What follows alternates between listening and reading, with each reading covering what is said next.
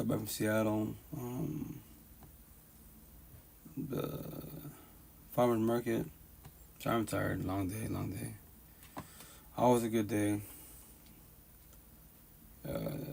Appreciate environments. Eastern Washington, introverted.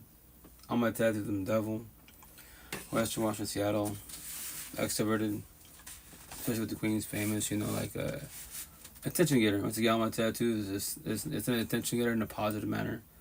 Like, it's not for validation. Respectfully, I don't need no one's validation at all. Like, the only person I need, chase, compete, submit, I need validation from who? The person in myself. Respectfully, I don't care what anyone thinks about me, because your words don't matter to me, because they're just words. 95% of the universe, like I was, then you care about words.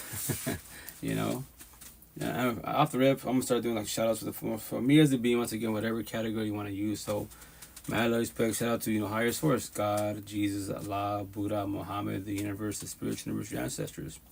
Mad respect to them. Everybody has their own beliefs, The ones in the healing journey or trying to do the healing journey, you'll have a better outcome in life. I promise that. Everybody else, all you blue pillars, Matrix Talk, entertainers, you're on a journey. You're not on a healing journey. You're still respect to codependent and man-made things, Debate about race, religion, politics, Christians versus atheists, what's that got to do with your personal life? Respectfully, and that's for everybody out there, if you want to work on yourself or not. But, hey, number one, how you doing? Welcome to live. How's it going? And I say all the respect to the fullest. I'm sorry.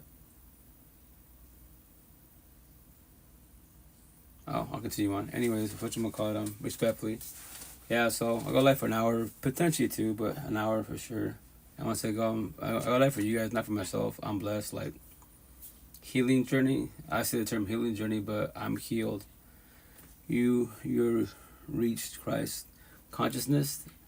Yeah, which I say, if you study Buddhism, white Buddha, woke. We're all woke. We're all Buddhas initially wise. And then Christ consciousness, that's the intent to get to that point. People don't comprehend this. I'm born as a Catholic, so Christ consciousness, it's a term, it's a phrase, but people don't comprehend that. I'm not saying, everyone is a unique being. So I'm not saying I'm going to become Jesus, X, Buddha. No, we can all become them. And we can all be, motivated by them. But it's you as a being. Everybody's unique. Everybody has their own beliefs. Your universe, my universe, whatever you believe in. But me, myself as a being, I rock with the people that are on the healing journey. Typically, for the most part, I'm saying a lot of queens are empathetic queens on the healing journey, And I have these badass deep conversations, especially in Seattle, Therapy, counseling, set-wise. You read books, I'm here and there, respectfully wise, but, I just observe people. Got any advice for someone about to go to the pen? Well, prayers for your which way. Keep your head up. Positive thought as possible. Keep to yourself.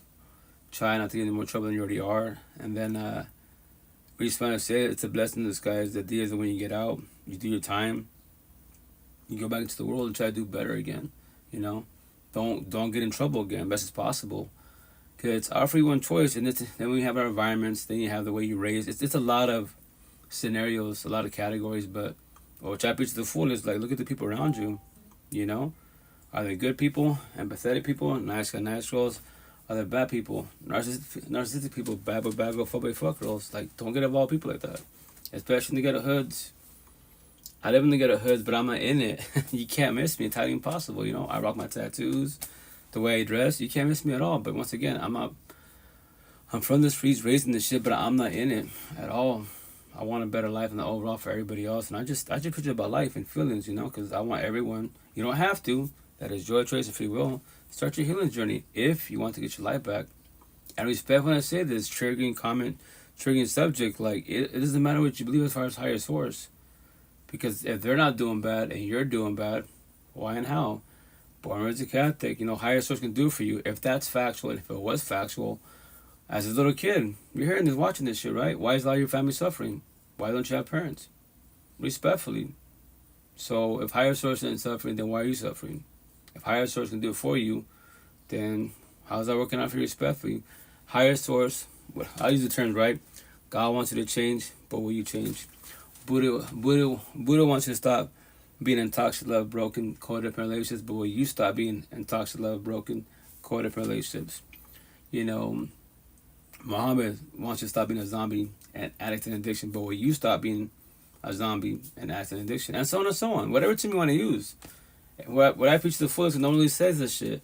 Which I'll get on my back, convention, make shirts and hoodies. Every day above ground, we all have free one choice. What are you choosing? What are you doing? To be empathetic, to nice and natural, to be narcissistic, bad boy, bad girl, fuck boy, fuck girl. A premeditated choice where you are not changing, you are choosing. Black and white, straight to the point for the whole universe. No years of therapy, higher source, nothing. Like what? If higher source is not doing what you're doing, and you know, I'm a single father of kids, I lost the families. I'm not doing what you're doing, then why are you doing what you're doing? I'll call you out. I respect your boundaries, but you don't have to respond. You can sit there like bang, but hit by a truck and say nothing. You don't want to, you don't have, no one has to talk at all. You know that, right? But once again, if you want to get your life back through the healing journey, I highly recommend it. The younger the better. I promise you 1,000. The younger the better. You know. You went hard. Well, I just preach about life, like black and white, as it being, right. Like everyone has a way of speaking. My situation 5 years ago, I lost my second family, started the healing journey on my tattoos at 39, you know. It's not ever too late, but I promise you 1,000, when you start it, you're going to say that comment. I wish I was younger. If my parents taught me, I wish it did not exist. If it doesn't exist, it's been written. The positive is, if you just want to, which I highly recommend, pay it forward to the universe. As I was talking about my real support teams, what? Pay it forward. Nobody has to comprehend nobody. Just to let you know. Just to let you know, like positive conversations, the healing journey does not make money. We're educators. What makes money, especially on social media? All the blue pillars, all the entertainers, especially on TikTok. You don't believe me? Go on TikTok. Go any live session. Look what it says on the live session. Black versus white, Christians versus Buddhists. You know, I invite all that corny ass conversations. All the entertainers. And then here's the best part of the trading top. And all those people on those live sessions that the intent to be cordial best as possible, show the respect, but it's triggers. It's all about triggers. You can't control them. Get triggered, the devil comes out of you, and then you're, fuck you in the box, in the comment.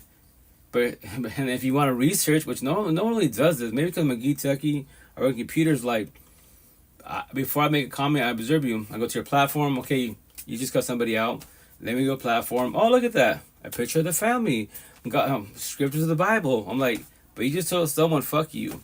So they'll come out of you. And then I'll call you out, hey, like, how can you be a religious person, a family person, and you cast somebody out? You can't go to your triggers? You have a lot of healing to do, respectfully. I love to bully bullies. I just called you out every which way. And the best part of black and white, these words, because no one says this shit, I'm actually the 10 of my body, right? These words, these conversations, these languages have no feelings at all. So how's all the universes and their feelings about things that have no feelings at all? Make that shit make sense. What does that mean? Let me elaborate. Sad won't ever feel sad. Breakups won't ever go through breakups. Co-parenting does not have to worry about co-parenting. A zombie, an addict and addiction will not have to worry about becoming a zombie, an addict and addiction. You do, beings doing, we do. A house doesn't, a car doesn't, my tattoos doesn't, I do, you do, and so on and so on, you know? Are tattoos just another addiction? Oh no. all my tattoos are, excuse me, it's a map to life. That's all it is, black and white. The best part, and I say it respectfully, is not a race, no competition. Show me anybody in the whole fucking realms, from 2D in the Matrix to 20D, that has my tattoos. Positive messages, be it positive words or negative words, about the healing journey. Show me that. Respect, when I say that, I got Bible scriptures, passages, that respect, that doesn't count. That's traditional. Show me like positive words, negative words. They're saying, somebody else is saying. You can't show, I know you can't show me that. I know you can't. Respect when I say that. So, all these petty words, if they trigger you, I'm a nobody, I don't know who you are, vice versa, no history at all. And you look at me, you on my platform, then you read these petty ass words and it triggers you. Talk to yourself. Why and how am I bothered? You can cuss me out. I don't give a shit about words. But guess what? I did my job. These petty words that can't speak and have no feelings triggered you. How and why? Make that shit make sense. If nobody's can trigger you, I love saying this shit. If nobody can trigger you, face to face behind the screen, you have a lot of healing to do. You can say, I want love, relationships, respect. You can say all you want. It's not going to work in your favor. Because if nobody's triggered you, nobody's. and you want love relationships, someone triggers you, the nobody, and they fucking bother bitter as fuck, right? I block you, quote unquote, scenario, right? And then go to your partner and you cuss them out, or they, hey baby, okay? And you push them away, I'm good. Or you snap on them. That's called reactive abuse. You're reacting to what I did to you, or whoever did it to you, and you fucking pay it forward to your partner. And now you push them away and you chop it like a tree. Sorry, babe. Sorry, just to let you know, sorry don't fix shit. If you do it all the time, sorry don't fix shit. On the long run, there's a self-sabotage relationship. Not knowing, just to forewarn you, you know? Jesus calls the empaths. Yeah, Jesus calls everybody. Empaths or narcissists. All my tattoos. So for the whole universe, you don't comprehend this. Like 5 years ago, my ex, she's a narcissist. Right? Moved on type of situation. No time to heal. Everyone has narcissist traits, right? But here's the kicker, like, for one, the whole universe, if you go through the breakup divorce, and it's not no race, no competition, the partner that falls back, typically ones that are more empathetic wise, they fall back. Let me try to do this healing journey. The ones that move on to a relationship right away, body hopping the whole phase, you know, they're the ones that took what? No time to heal. So they bring on social media, face to face, they might be lovey-dovey and bullshit, but remember this, your ex took no time to heal. So I'm the ex. The prior exes, all that trauma goes to who? The new partner. Hey, number one, how you doing? How's it going? To the new partner, and then what? You know, if you want to fuck with them, you can trigger people. Yo, so on and so on type of situation. Hey, number one, how you doing? How's it going, Queens? Hey, what's going on? What are we doing? Oh, just talking about life, toxic relationships, co-parenting, mental health. You know. I'm sorry. Go ahead. I said it looks like you did your hair. I just wrapped it up. Thank you though, but I'm lazy with it. One of these days I'll take care of it. How's your night going? How's everything? Been in jail before? Many years ago, first time and last time. How about you? Like probably like 2 days. 2 days? Well. All I did was sleep on the floor.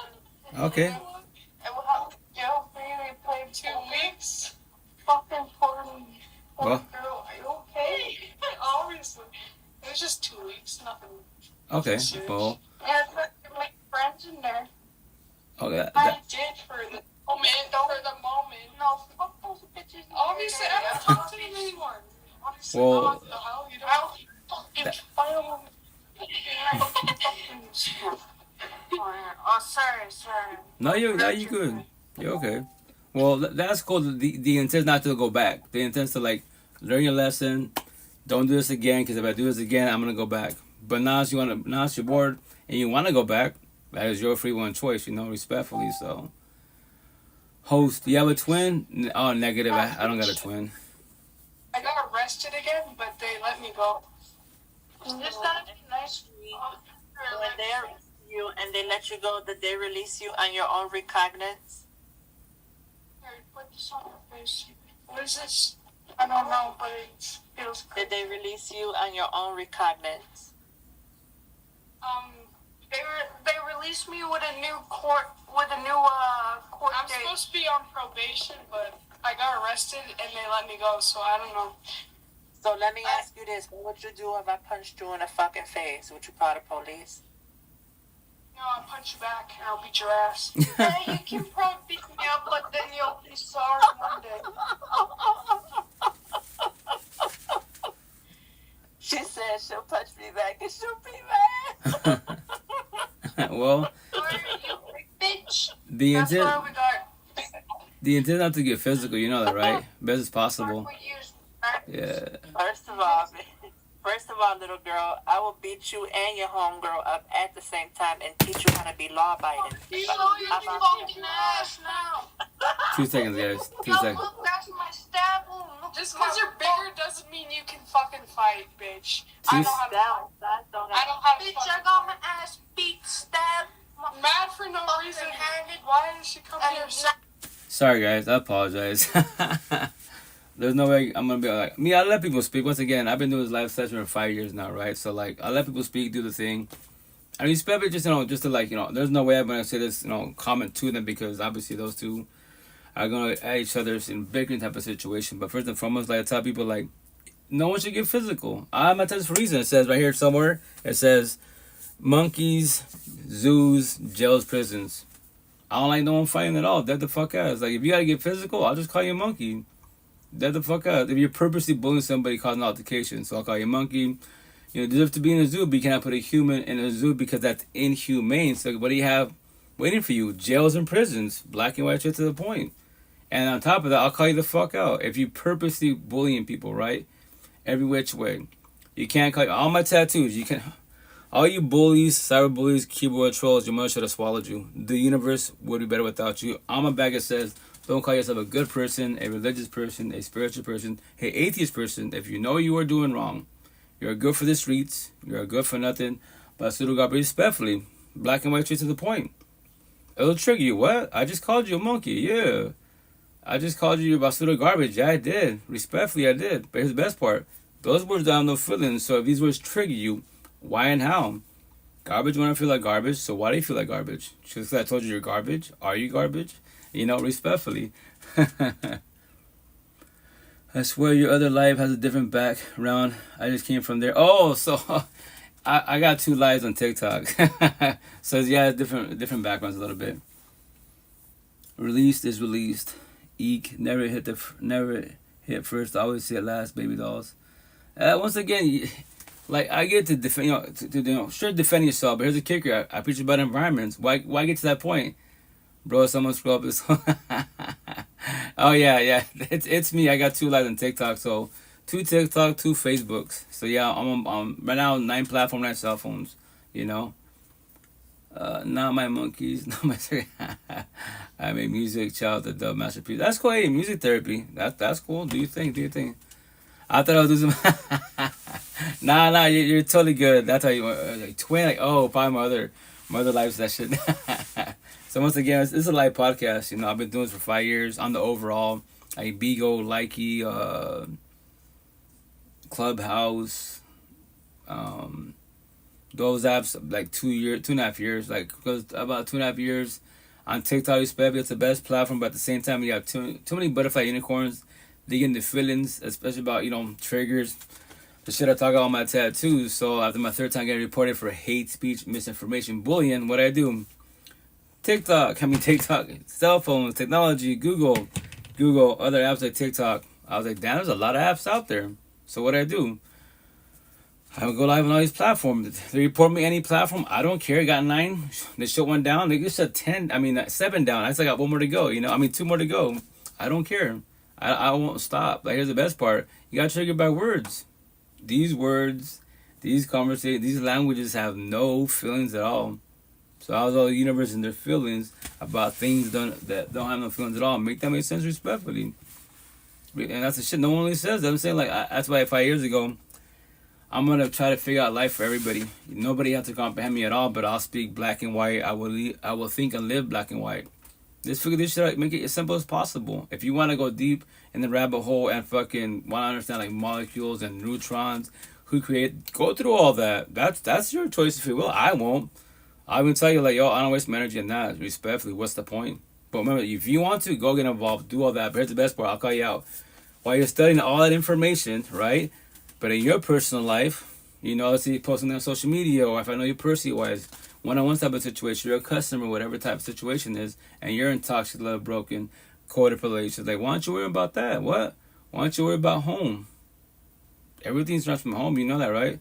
Tomorrow morning when everybody wakes up above ground, you have to be, once again, you have to be religious. You can be atheist, Buddhist, whatever you claim to be. You're going to hear the terms heaven and hell. No one has to die. I'm born as a Catholic to go to heaven, to go to hell.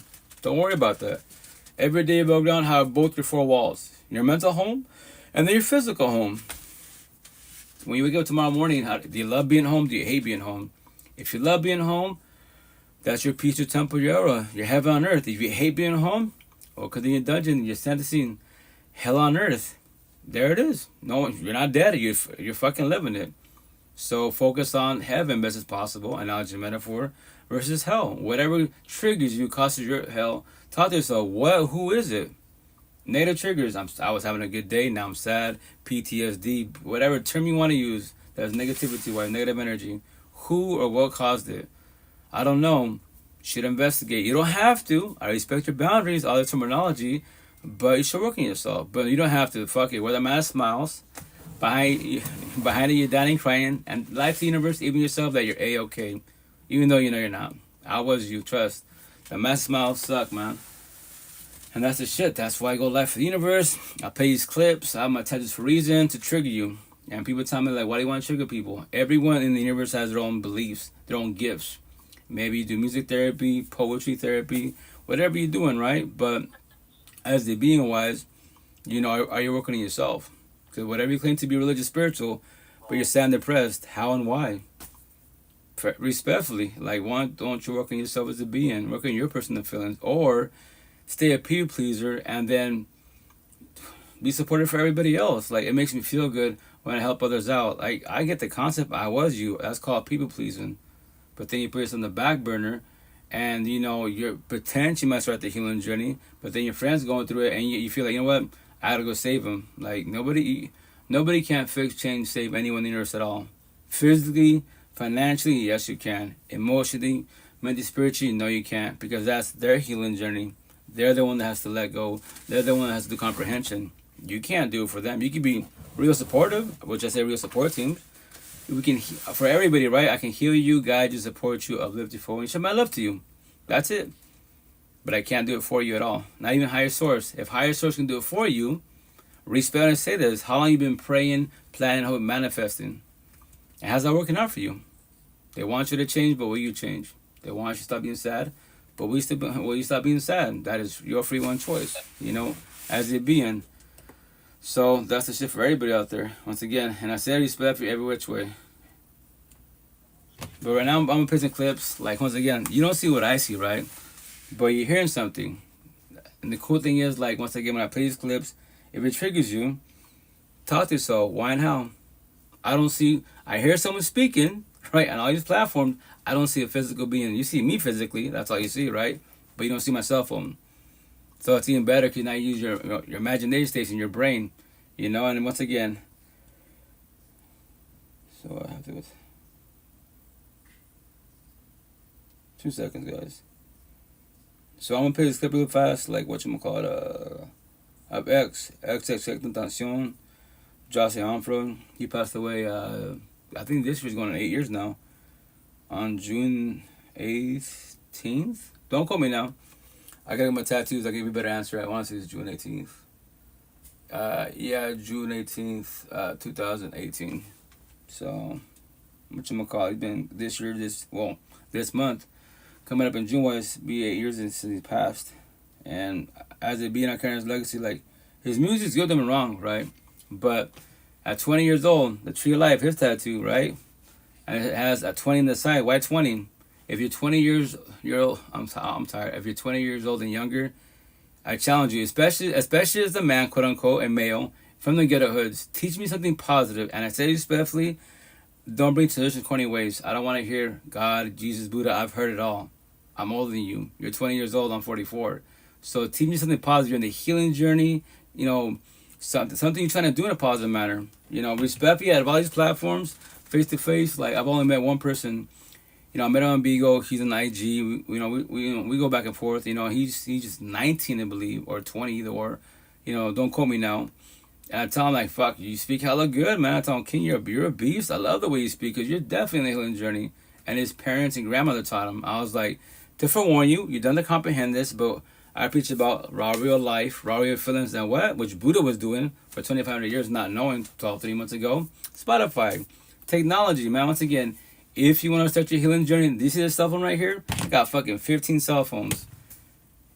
Ask Google, Alexa, Siri, Buddha, ChatGPT, see that. There's so many resources. It's pathetic. But that's if you want to start the healing journey. If you want to research these fucking feelings, these traumas and triggers. Nope, I know it's scary initially because why I feel weird because I'm talking to myself. Then don't. Stay a blue pillar. Be on a journey. Brag about man-made bullshit. But when everyone's sleeping, you're off the cell phone. You stop insomnia. You stare at your eyelids. You stare at the fucking ceiling. And your partner's sleeping. Everyone in the household is sleeping but you every fucking night. I don't miss that feeling at all. That's so unjust. And I wish I could, I wish my head was like a, like a light switch. I could turn off these thoughts. I wish it doesn't exist. You can turn off your thoughts when you're ready to. But that's why you control your triggers if you want to start your healing journey. A lot of people say, they can verbalize it, oh, I'm doing the healing journey. Like, actions speak louder than the words, every which way, But anyway, so let me play this clip. And once again, he's been, June 18th of next month, he's been gone for 8 years now. So once again, my podcast, our podcast, it's a live podcast. And you can't see him. Anyone that play, you can't see them at all. You hear someone speaking. And the stuff that I play, it's all about triggers. And once again, if I play this clip and it triggers you, talk to yourself, why and how? I don't even know what that is. I'm not even speaking. Somebody's speaking. Now my feelings about it. Why? Make that make sense. Talk to yourself.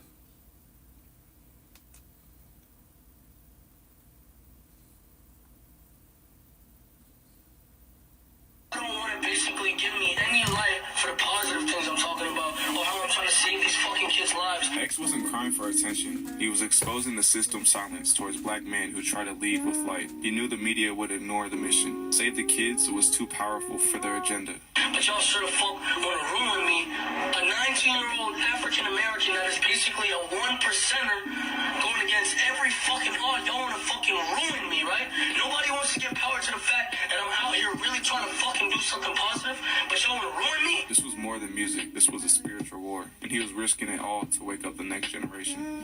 Listen, I'm gonna let y'all know right the fuck now, y'all not gonna do it. I swear to God, y'all not gonna do it. Y'all can honestly suck my dick, because I'm the youngest nigga out here doing it. I'm the youngest nigga really trying to influence the fucking youth and put a positive be a positive influence on the youth and save lives. So if you don't like me, suck my dick. He wasn't here to please. He was here to lead, unapologetically, raw, real, and revolutionary. And that's X. Rest in peace, man. Once again, I count his legacy. And I say respectfully, like his parents that are still alive, I believe they're my age, a little older than I am, right? His baby mother and none of his family, Ski Mask, all the squad, can't teach you shit about life. Ski Mask to this day makes music. He plays X's music. Yeah, you carry on his music legacy-wise. Everybody does that. But can you carry on his actually what he was preaching about? 20 years old. Going through a toxic relationship, trying to fucking do the healing journey, He spoke spirituality, numerology, Chris, all that stuff. That was his realm. I know of it. 4D to 10D to 20 matrix, I don't comprehend it. Respect it. It's not my realm. It's not my gift at all. I'm just 3D. And anyone that's 4D to 10D to 20D, they're gonna be, oh, you're higher than that. Like, I'm not higher than 4D. I mean, than 3D. I'm just trying to remind all the realms from 2D, all you blue pillars. Everyone initially starts as a blue pillar. Dead the fuck ass. Whatever you believe in. Everyone starts there. You're on a journey. When you start the healing journey, now you're trying to feel your feelings, to try to comprehend your feelings, to evolve in life. Now you look at everyone's energy differently, which is a positive. And then you see people, like your old version of yourself, like they're about to end a toxic relationship. Then you sold the dream. Like, yeah, you see that, you observe that. All you do is go in for more. What I preach about, eventually time in my body, higher source and beings, all we are is communication, and we're messengers. That's how we are. Spiritual leaders, Jesus, Muhammad, Buddha, and all the other spiritual leaders, communication, messengers. Nobody has to comprehend nobody. Anyone that starts the healing journey, everyone's gonna love you or hate you. You can't fucking please the whole universe. Just to let you know, higher source to be in, the one quote unquote, he knows what you're doing. He knows the fullest. In my situation, I speak the way I speak. I'm not better than nobody at all. We're all equals not knowing, but I just keep it simple every which way. A lot of people don't like simple. Especially when it comes to your feelings. Like what you said, I don't know. You want to figure out together? We don't have to. Respect your choice. I mean, your boundaries, that's your free will and choice. Then cool. I'm going to give you a scenario. I respect your boundaries? No. But the day that because you say you want love, relationships, so the day you do get a partner, and they ask you what I just asked you, what will you do? Push them away, but you want love? That is called toxic love. You're not even ready. You can verbally say you're ready for it, preach about it, put it on social media, all these platforms, make Buddha posts, Jesus posts, do all the fucking posts you want. But what about you as a couple? Because that's going to matter to everybody. It's the person beside, especially as one being, if you can't control and protect your energy. That's the main thing for everybody. For all the empathetic people, every which way. Lazy as well. Oh, that's awesome. Keyboard warrior. I love keyboard warriors. All these platforms, man. Like once again, on these platforms, social media wise, anyone the bullies, I love to bully bullies every which way. First and foremost, right? Because the people that are bullying, that they can't respond because the triggers and bullshit, traumas and bullshit. And then if you're the downfall, you're too empathetic, you're religious, spiritual, you're like, well, I would like to cuss them out, but I know it's wrong to sin, so I pray for them because of suffering.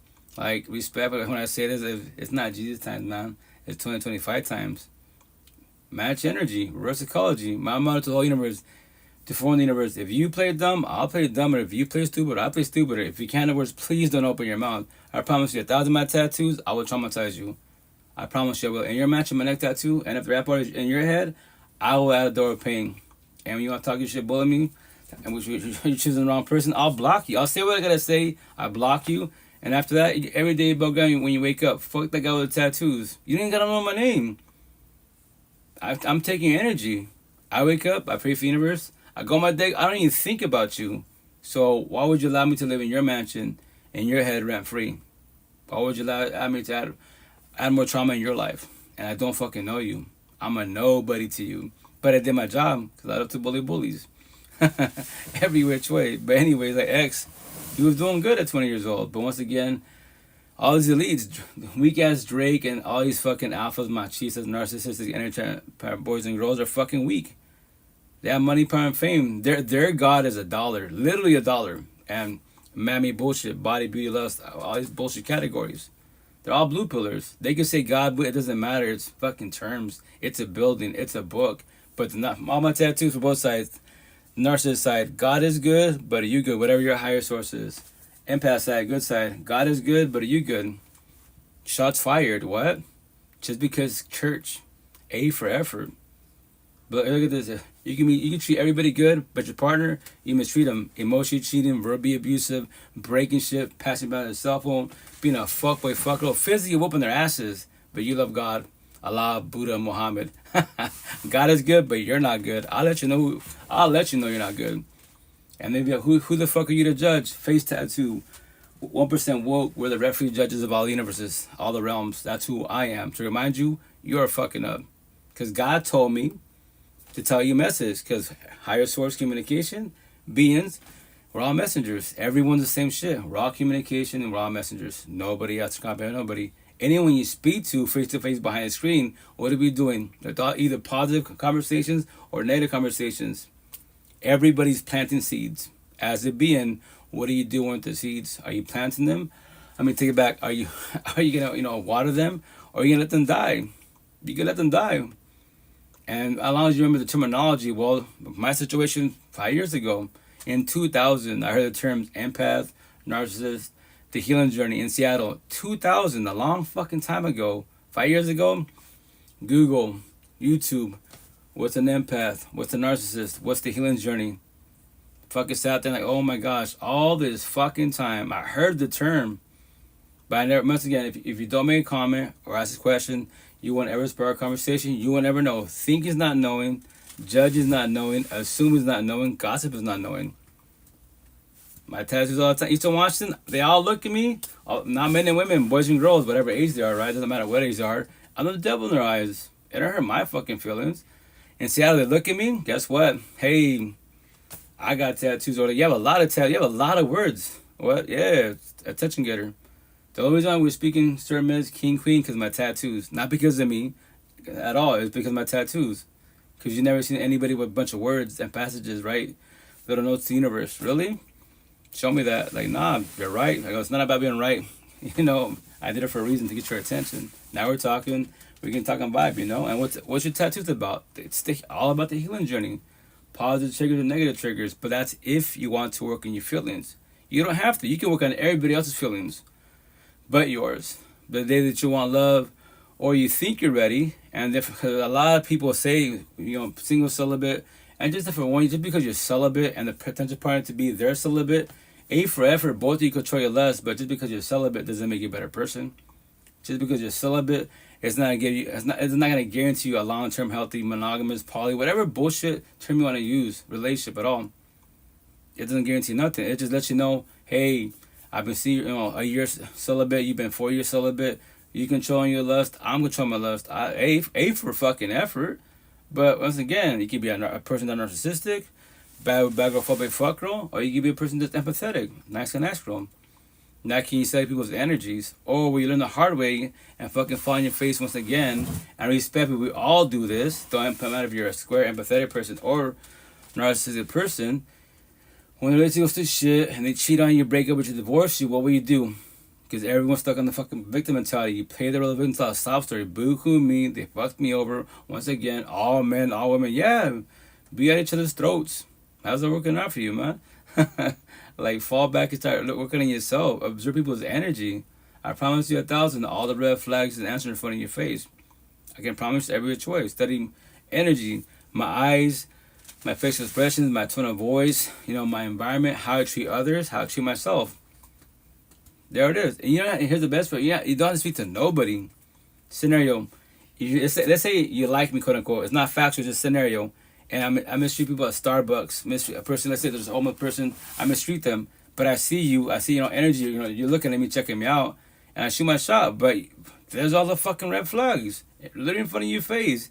And I shoot my shot, you're gonna give me a chance? I'm not mistreating you yet. I just showed you what I can do to you in due time. Why would you want to have me by your side as a partner? Make that shit make sense.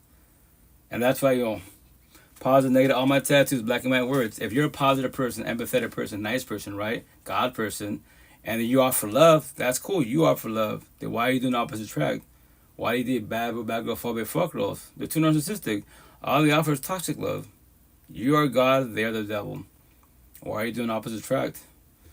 You make that shit make sense, but yes, you fell for what? Because they told you a sob story. They play the role of victim. Don't want that. It's not going to work in your favor. Just to forewarn you. They're going to do you wrong, and then when they do you wrong, then what?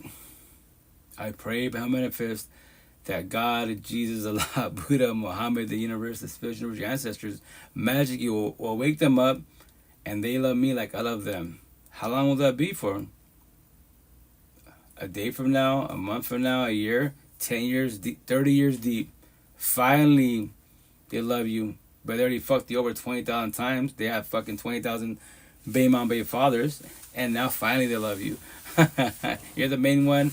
All these side chicks, side guys on the side. Awesome. What a fucking category. What a trophy husband, trophy wife. And I say all this shit respectfully. But let me play some clips right quick. Also, what's something like, you don't see what I see, right? But if you're religious, right? And even in general, even the healing journey, you can be atheist, spiritual, whatever, right? A good person, whatever term you want to use. But once again, like, if you want to be on this healing journey, try to be patient enough and open-minded enough to have conversations, or just listen and observe. You don't have to comprehend. Everybody just tells stories. Remember that you don't have to comprehend them. So my situation, I got a bunch of tattoos, right? So cosmetic, you can judge me, stereotype me, it doesn't hurt my feelings. Prison tattoos, all that great jazz. I heard it all, right? So, whatchamacallit,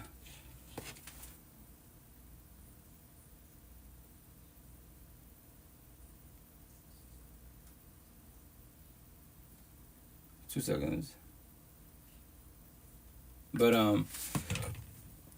so you can see it, right? But here's the kicker, it's energy. In Seattle, I got time, today at the farmers markets, they're looking at me, they're like, I see you, right? But your looks are deceiving. Okay, when you start speaking to customers, like, you have positive energy. Like, I just tell stories. Like, no, I look like, prison tattoos. Like, yeah, you do, but I'm just telling stories and that's it, Any advice for dealing with cyberbullies? Oh, cyberbullies, I got you. With cyberbullies, technology key, right? Block them every which way, especially let's say you're on the live sessions, right? Because no matter what, to forewarn you with social media, you're going to have a lot of trolls, keyboard trolls, and cyberbullies, the fullest. But, like, block them best as possible. If they trigger you fast, block them. Me, personally, I love to bully bullies. Here's the best part. You see my tattoos?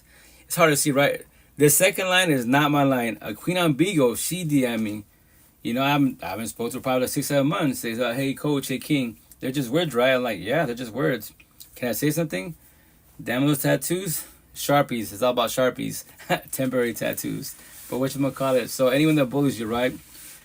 Or tries to bully me on any platform, I love to say this. It's right here. All you bullies, cyber bullies, keyboard trolls, your mother should have swallowed you. The universe would be better without you. On my back it says, don't call yourself a good person, a religious person, a spiritual person, a atheist person. If you know you are doing wrong, you're bullying, right? You're good for the streets. You're good for nothing. But pseudo garbage respectfully, tatted on my back. And when I go, I'm like, there's another say that I say, right? So to trigger everybody, all these bullies slash, it's racist. So on my back, I mentioned I have sometime like next couple months on my back, making my shirts and hoodies. The best part when I have my shirts and hoodies, I don't have to open my mouth. They're gonna see a bunch of tattoos. My words on my shirts and hoodies will have a bunch of words, right? So it's gonna say, how can, let me think about it real fast. How can you be a bully, either a hyphen or slash racist and believe you're a good person, a religious person, a spiritual person, a atheist person? Make that shit make sense. Give me a fucking answer. I know you're not a good person, but please blow my fucking mind. Why do you believe you're a good person and you're bullying people? And you claim these categories. I'm a good person, I'm a religious person, I'm a spiritual person, an atheist, because I'll call you the fuck out. Because I know for a fact 1,000, if higher source is positive, God, Jesus, Allah, Buddha, Muhammad, the universe, the spiritual, our ancestors would not bully the fuck at all. They wouldn't even be a racist. So why do you bully? Why are you a racist? Just to let you know, God is good, but are you good? You're not good. And you got families? I pray for them. You got kids? I pray for them. I pray your partner doesn't become you. I pray your kids do not become you. Because if they do, then that will happen. The generation cycle. Simple as that. Every which way, black and white. Thank you. Oh, I got you. No, once again, I'm here for the universe. Like, the cool thing about social media, once again, it's pros and cons. First and foremost, like, tell everybody, like, if you use the phone correctly, best as possible, these platforms, like, scenario, you're not commenting, you're watching someone's live, someone's post, whatever, someone's real type of situation, right? If it triggers you, talk to yourself, why and how am I bothered? I didn't comment, I didn't post, none of that, right? But a lot of people don't want, if they think they're crazy for talking to themselves, everybody talks to themselves. You should want to talk to yourself, right? But once again, if it's too much for you, you don't have to be on social media. Use a cell phone, what? Google, YouTube, research. There it is. Fucking basics. No Facebook, no platforms at all. Keep it very simple. But that's, once again, if social media triggers you too much, if you get bullied too much, you can't handle the bullying. Understandable. But the cool thing in a positive manner, this is where you test your triggers. Everyone talks shit. That's why these fucking keyword trolls talk. Their job's to bully people. But here's the kicker. Anyone that bullies inside their book and their glass, they're not a good person. They have a lot. They're on a journey. They're not on a healing journey. Black and white. Straight to the fucking point. All my tattoos, Damn. That shit looks good on you, though. Oh, thank you, Sasha. It's just, once again, it's a story. It's a map to life. That's all it is. Nothing more, nothing less. I did it for, once again, it is not validation from the universe. No, it's for an attention getter. They're just words. If these petty words trigger you, it's hard to see behind the screen, right? But, like, go to my platforms, TikTok, YouTube, Twitch. You grab the picture, zoom in, my profile pic, zoom it in. Now read the words. If they trigger you, I did my job. Once again, it's a trigger in a positive manner if you want to work on your feelings. Nobody has to work on the feelings, But anyways, this is once again, religious talk. Everyone has only speaking. There's he's pretty much viral now. He goes by Johnny Chang. I love the way he speaks here, how he articulates his words, his analogy metaphors, because his pastor taught him how to speak correctly and overall and tell these little stories. Because when it comes to religion, you have traditional ways, you have people who have their own way of speaking. Everybody has their own way of speaking. Go with the people that get your attention. They can actually make comment, ask questions, and they spark conversation type of situation. But once again, zero has to comprehend nobody at all. At all. So, whatever you believe is God, Jesus, Buddha, the world's ending, why worry about the world's ending? Respectfully. Why worry about the earth's flat?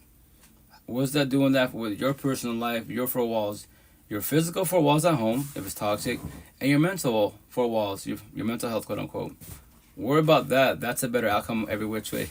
Hey, what's up, A-Black? How you doing, King? How's it going? How you been? How's life? How's your health? How's everything? So this one says, why your relationships fail. And once again, I'm playing the clip. You don't have to comprehend. But all the clips I play about, it's about feelings, personal feelings, the situation is like very emotional or it's something that means a lot to you, how do you speak out without getting emotional or lashing out? Something that may seem so big to you, maybe something really small to somebody else. They're like, oh, you don't validate me. If you don't see it from my side, it means you don't love me. That's not necessarily true. Conversation is so foundational. When conversation dies, relationships die. We have to think about it. Well, if I care about this person and I love this person, wouldn't I give them the time of day to at least hear them out? And if this is important to them, it should at least be somewhat important to me to be able to listen and hear them out. So what matters to you may not matter to them, and what matters to them may not matter to you. But that doesn't mean it doesn't matter. Most people, they lash out because they're coming from a vulnerable state and they don't know how to be vulnerable. I would lash out all the time because I didn't know how to be vulnerable and I thought being vulnerable was weak. And then people check you, it's too much. It's like you're a bruised banana. You push a little and it just rots away. And that's facts. I'm not saying all men, for the most part, all queens are empathetic wives, and they do communication and comprehension as one being. If you know what you're talking about, what are you doing? Communication, A. B, comprehension, because you know what you're talking about. When it comes to like friendships, especially relationships, right? Why do you think when it comes to relations, it's just toxic? We bicker about the exact same fucking subject, word for fucking word. Because you queens be like, he's not listening to me. I go, Queen, I was him. He's listening, he's hearing, he's observing, he's watching you. He's not comprehending. He does not comprehend. You have a better chance talking to a wall because you know that wall won't ever talk to you at all. You basically talk to yourself. Maybe the way you're speaking, whatever that subject is triggering, right? And the way you're speaking, the way you elaborate, it don't get to him. Whatever the subject is, I do a bunch of one-on-ones. Go on YouTube, TikTok, etc. Type in the subject, and let's say he watches that. She watches that, your partner, right? And they'd be like, well, that's what you're trying to tell me? Like, yeah, well, like, I get them. And you'd be like, the intent to call you triggers, after I've been saying for fucking months, years. Now, just because they switched the words a little bit, everyone has their way of doing comprehension.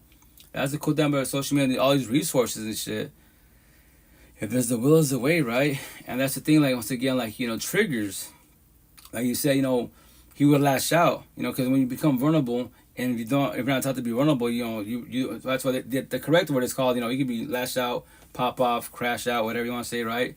But it's actually called reactive abuse. You react to the situation, you're not trying to be mean, but you pop off on people, especially when they correct you, and when you hear the truth.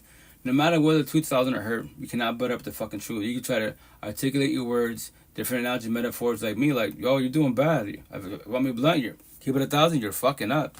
What? You're fucking up pretty bad, just to let you know. Or I can lie to you, keep it 100, you're doing a good job. Don't worry, she will change your ways, he will change your ways. Like, no, they're not. Maybe in due time, but not for now. Hey, what's up? How you doing? Welcome to live. Your reposts are on point. Oh, thank you. Once again, like, that's a little bit of technology to repost. I try to, especially like on, I'm on what's it called? Red Note, TikTok sister company wise, but potentially, I might go viral on there, but not because of myself, not because of my post. I gotta catch up with these live sessions. I gotta start promoting my content, right? But I'm only one person. Remember this. I'm only one person. Like Johnny Chan, what I just played, he's a minister. He's viral. He's got money, power, and fame. So he's got, he just like what I'm doing. This is a live session. Respectful to say this, right? Like, they do a podcast, right? But for the most part, a lot of podcasts are pre-recorded. So let's say there's cussing, or let's say Johnny Chang bumps head or he's talking in general, they have a host, whatever, a co-host, and they start bumping heads. So they can, since it's pre-recorded, they can edit that shit out. They have the original copy. We get the aftermath in a positive, negative manner, right? So this is a live podcast for the most part. People do live sessions, yes, but they don't do live podcasts because it's a lot to handle sometimes. Remember, this is 9 cell phones, 9 platforms. So I can handle the whole universe. I love this. Like, I tell people, I challenge you in a positive manner. Teach me something that I don't know about life. And I say respectfully, I don't want to hear traditional ways. God, Buddha, I've heard it all. Nothing's wrong with them at all. The higher source, beautiful, right?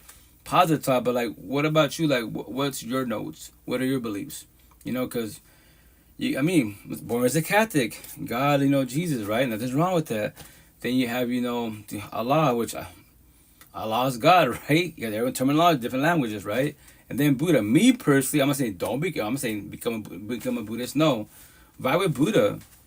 That you want to do the healing journey a lot faster? Spotify. Type in Buddha teachings. Tati Tim. He's a beast. He's probably, I'm assuming, don't correct me now. I mean, don't go by what I'm saying right now. I'm assuming by looks he's got to be like 65, 70ish, right? I'm 18 at heart. I just turned 44. And, he actually responds, which I was really surprised, because I'm a technology, and I asked him, so like, how long you been a Buddhist for? Like studying Buddhist teachings. He's like, well, I'm born and raised as a Buddhist, Cambodian. And honestly, wise, I'm talking to you, I'm happy you reached out. At 48, I think, don't quote me now, I think he said at 48 years old, I started actually getting to Buddha. Like, okay, I'm born and raised as Buddhist. Let me study Buddha again. And now he talks about it, He articulated his words, which is beautiful. And once again, not knowing, I heard Buddha, that name, when I was a little kid. Buddha, born as a Catholic. Once again, if you're, whatever your religion is, your family like, oh no, just only this, be a Christian, be a Jehovah, be Mormon, whatever, right? And that's it. Don't study anything else. Respect when I say this, study all the spiritual leaders. All of them. Everybody has their own beliefs. So once again, 3 months ago, I do TikTok, I do my DoorDash, right? So I'm driving, and I say respectfully, I'm just vibing with anyone positivity-wise. You know what? Spotify, I'm dashing. I already heard enough music. That music's cool, awesome, but let me listen to people's podcasts. Positive talk. So me personally, I listen to religious talk, Johnny Chang. Buddha talk, Tati Tim, anyone that does Buddha, what's the word they use, Zen, etc. wise, and whatchamacallit. And then Buddha, for 25 years ago, for 45 years of his life, I believe, don't quote me now, but I'll say 45 years of his life, from 35 to 80, whatchamacallit, he preached about mind and body. He kept it very simple. That's why I'm dashing, got my buds on, I'm just like, damn, this guy's a beast. 2,500 years ago, all he focused was mind and body. And he was born rich. His parents, king and queen, palace, everything. He wanted to start, he wanted to figure out, like, life in general-wise. And, like, why people suffering, growing old, all this stuff. He did good. He did really, really fucking good. I love the way, he did his teachings. And he says, straight out, I'm the doctor. He's obviously different generation, different terminology. Our times, your mental health, you sound depressed. So my teachings is a medication. I give it to you, do whatever you want with it. But at the same time, to forewarn you, don't believe what anyone says. What I say, what anyone says, research. Research for yourself, not for your family and friends, for yourself. If you believe that, if you believe whatever someone's telling you, cool, that's communication and comprehension. Now you can pay it forward to somebody else, but you don't have to do this. Once again, which is beautiful. That's what I said to everybody. Hey, like, you don't have to comprehend me. You can all call me crazy. I don't care. The whole universe call me crazy, ignorant, stupid. All my tattoos is dumb. You don't go to hell for your tattoos. I've heard it all. Like, I don't care. I don't worry about hell. You worry about hell. You're scared of it. Why be scared of hell for? If you're not doing wrong, why be scared of hell for? Dead ass. The intent to do positive as possible, right? But remember this. Just because you go to church, read the Bible, the Quran, be a Buddhist, whatever you're doing, A for effort, communication, but are you living the life best as possible? Actions speak on the words, especially when it comes to partners. Because you can be all this religious, spiritual as a being, treat others good, compassionate, but you mistreat your partner. You mistreat your kids. And no one's perfect. Yes, we have flaws. Yes, we do have sins, most definitely wise. But you say you love your partner and you love your kids, like I was, but you cuss them the fuck out. You might be physically abusive, narcissist traits. You're verbally, emotionally, spiritually abusive, narcissist traits. Everyone has narcissist traits. But there it is. There it is. Hurt people because you're hurt. Hurt people. Heal people. What do we do with heal people? To God Forewarn. I do it all the fucking time. Especially like a lot of kings. They'll say they want the healing journey. A for effort. But when they hear the truth, like, hey, like, I'm just forewarning you. I did the same shit you did. What? Just to let you know, you're going to comprehend this. If you keep doing what you're doing, you're going to push your way. All my tattoos for a reason. Like my last ex, the mother of boys, right? She gave me 1,000 chances, 7 years, right? 1,000 chances. She didn't give me 1,001. So on May 3rd, 2020, 5 years ago, it's my 5-year anniversary wise, right? She got up and left. It's fucking over. She got up and left. Trombones. What's a trombone? You break up 1 time, 2 times, 20 times. He cheat on you 50,000 times. You're still fucking there because you pray on my tattoos. The last word, I don't, respect say it, I don't really manifest. I don't really sit. Respect say it's Buddhist, a lot of Buddhists, they do a lot of manifestation, meditation. I really don't do that respectfully. Like, I'll sit there, talk to myself, observe. Not knocking on that at all. If that is your realm, that's your belief, I am not knocking on you. Everybody has their own belief, right? But anyway, me personally, I don't. So it says, I pray, but I will manifest that magically one day, God, Jesus, Allah, Buddha, Muhammad, the universe, the spiritual universe, our ancestors will wake up my partner so she loves me like I love her. And that could take fucking weeks, months, years, babies to be. Just to let you know the answer, you don't comprehend this, it's not factual at all. Higher sources get everybody feeling choice. For both their and people in toxic relationships, for both of you, not one of you, both of you, their door's right there. Yeah, I preach about fucking doors every which way. We all say so. It's easy. We say verbally, it's hard to leave toxic relationships, kids are involved, etc. No, it's not. Everywhere. We all leave. I gotta go to work. She gotta go to work. No kids. Whatever she's doing, right? She's gonna go to church, cool. But then we come back into each other. It's hard not to go back to our partners. But I call you out. Why do you have to choose to want to go back to your person that you bitch about, to all the universes of all the realms? Your therapist, the priest, your parents, social media. You have nowhere else to go to. And I say respectfully, and that's the shit. You pray about manifest. It's not going to work in your favor. You should be praying for yourself. Like, you can pray for your partner, cool, a week, maybe a month, but I will not give them more time than that. After that, guess what? They don't respect my boundaries, the love languages, know my standards. And I remember this, you can preach about boundaries, verbalize it, but just to let you know, nobody has to respect the boundaries. Just to let you know that. If you don't respect them, what are you choosing? What are you doing? Especially with your partner. Where I preach about a zillion people in all the fucking universe. Why would I just about you, one? Make that make sense. There's got to be other queens in the healing journey. And it's not a race, no competition. But I'm not going to sit there and waste my love, time, feelings that I can't get back. I can't buy it back. God Almighty can't even get back to me. What? And that's not just me, for both of you. Anyone that wants to get in relationships. Just to let you know, you can't get it back. You can't buy it back. God Almighty cannot get back to you. What is it? Love, time, feelings. At all. When you comprehend that, why you waste your love, your time, your feelings on wrong people around you, especially by your side as a partner. Make that shit make sense. And you don't have to comprehend that. What? God could do for me? Really? The past has been written. The future hasn't happened. Today, the now, the present, it's current events. It's fucking happening right now.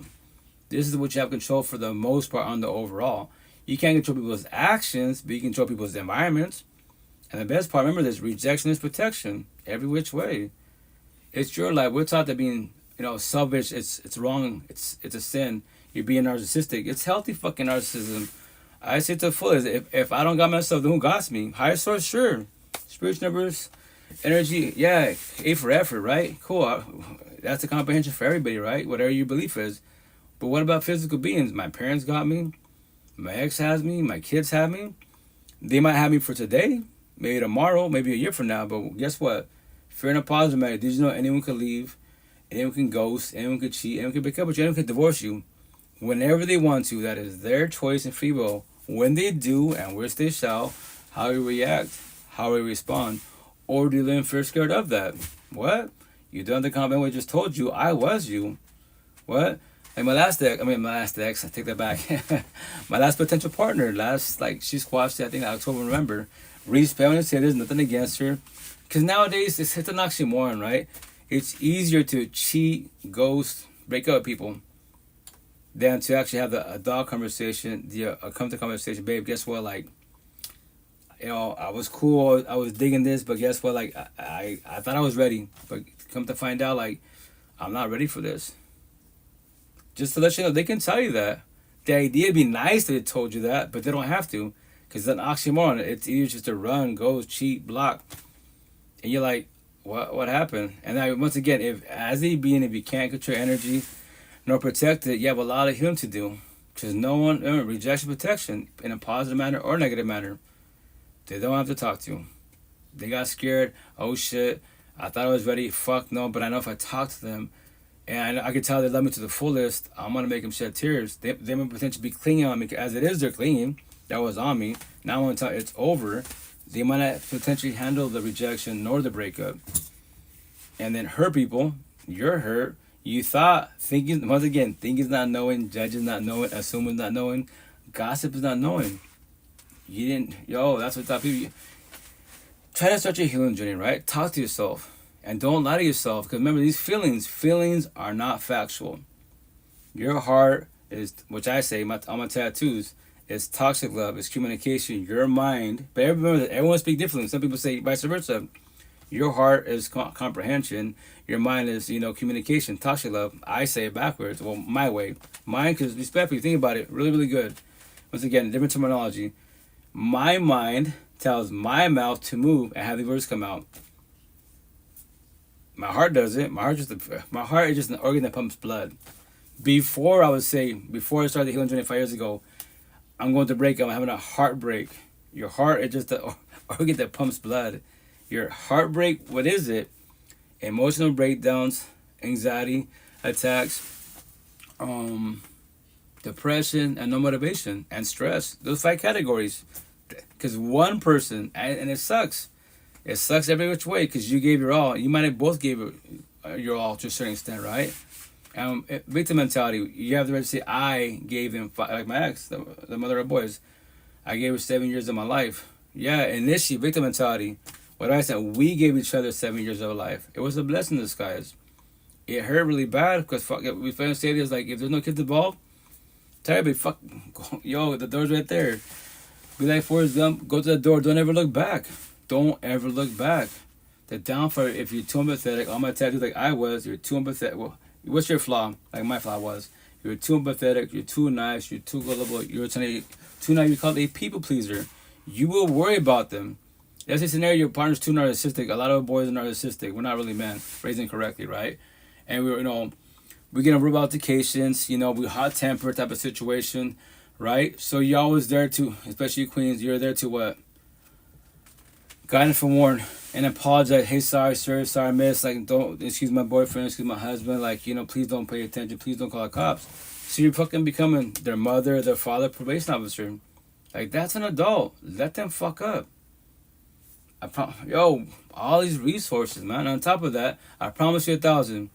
You don't have to comprehend this. I promise you 1,000. If you go to that door, don't ever look back, right? Your ex, you're about to break up with them, right? When you do, you can ghost them, right? It doesn't matter, right? So never say this respectfully. They'll go on social media. They'll make a post. Guess what? My girlfriend just ghosted me. She broke up with me. She divorced me. When he makes that post, right? In the comments, in the DMs, he will have what? All the options in the universe. Because straight, gay, trans will go after him. And now what is he choosing? What is he doing? Fall back, start the healing journey. I don't want nobody. Let me figure this shit out. Why my marriage failed, my relationship failed. Or do the body hop and whole face. Or jump into a relationship right away. Because now everyone's offering what? I'm here for you. Fuck her, fuck him, fuck your ex-wives. I can give you love. Okay. No time to heal. Let's see the outcome. I already know the outcome, but let's see what happens to you. I pray for you in the universe, like on my dick, on my life, respectfully. Okay, so I have almost no friends. I only have one, and she's my only one. I like her. What should I do?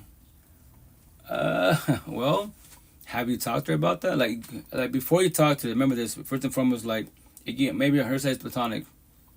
Maybe it's platonic friendship, If you catch your feelings, you can have the long conversation. Check out. I know we're cool, we get along, energy's beautiful, all that great jazz, but I have more feelings than platonic, more than a friendship. I remember, for everybody behind the screen, as you being, can you handle rejection? The word no. Or and the intent to tell you no, make comment, you should want to make comments, ask questions. And to phone you, they don't have to respond. You shoot your shot, and I use myself a scenario, right? Let's say I shoot my shot to a queen. We're having beautiful energy, conversation, she's in the healing journey, all this conversation, right? And I'm thinking not knowing, because I can observe people, I see the energy, right? And I say I shoot my shot, and she tells me no. I mean, hey, just Chris, no, why not? I respect your boundary, but it's because of my tattoos, I'm a single for 8 kids, I'm brown, and she could be like, it's none to be above. Like, I have love for you as a platonic friend. There's no more than that. Me as a being, I won't question. I won't become sad. I will not become depressed. I will not go on social media to you guys, this podcast. Guess what, guys? Yesterday I shot my shot. She told me no. We talked about it. Now I'm gonna take a little break from social media because that kind of hurt. So I need time for myself. But nothing's wrong with that. But anyone that does that, especially on social media, check on them. They're about to go through it really hard because like fuck. Once again, they pushed me away. Like, why do every time I shoot my shot, everyone tells me no? Is something wrong with me? Am I broken? What is it? Man, first and foremost, rejection is protection. And once again, you can make comments, questions, but they don't have to respond. So talk to yourself. And on top of that, if you're working on yourself, give yourself, first and foremost, give yourself props. You shot your shot. It takes strength and courage to shoot your shot. And I call it out. A zillion people in the whole universe, why are you stressing about one? You know? To forewarn you, you don't have to comprehend that. That's why when you start more, the beginning, the healing journey, on my tattoos, the victim mentality. If you do the awakening journey, it's the warrior mentality, awakened journey, survivor mentality. The last journey, woke. I just tell stories. I'm not a victim. I'm not a warrior. I'm not a survivor. I was. I respect and say this. You won't ever hear me from my mouth face to face behind the screen. Guess what, guys? This is my 1,000th girlfriend. She ghosted me, divorced me. I got to get social media. Like, no, I won't become sad and depressed. There's zillions of queens out there. But once again, rejection is protection. That's why my last potential, not my girlfriend, she taught me that. Marriage, grow with each other, last dying breath, forever. It's not factual. Because when they magic, did you know your partner can wake up? You know what? I don't want to do this no more. And it just, remember, it's fear in a positive manner. It's not just one day. It's gradually over time. That's what they call red flags. That's why small letters to get your attention. You stare a little harder. Love is consistent. Bigger letters. Toxic love is inconsistent. So, Bible talk. You done the religious. What do we all say when it comes to relationships? It starts good in the beginning. Yes, like the Bible. First fucking sentence of the Bible. You're supposed to say that in the beginning. You think I'm gonna get that in my body? You think, oh, Bible talk? Yeah, it's religious talk, but it's more in reality to get your attention because you're religious. You know that saying, right? That line. It's for everyone in relationships. In the beginning, it was so good, love, right?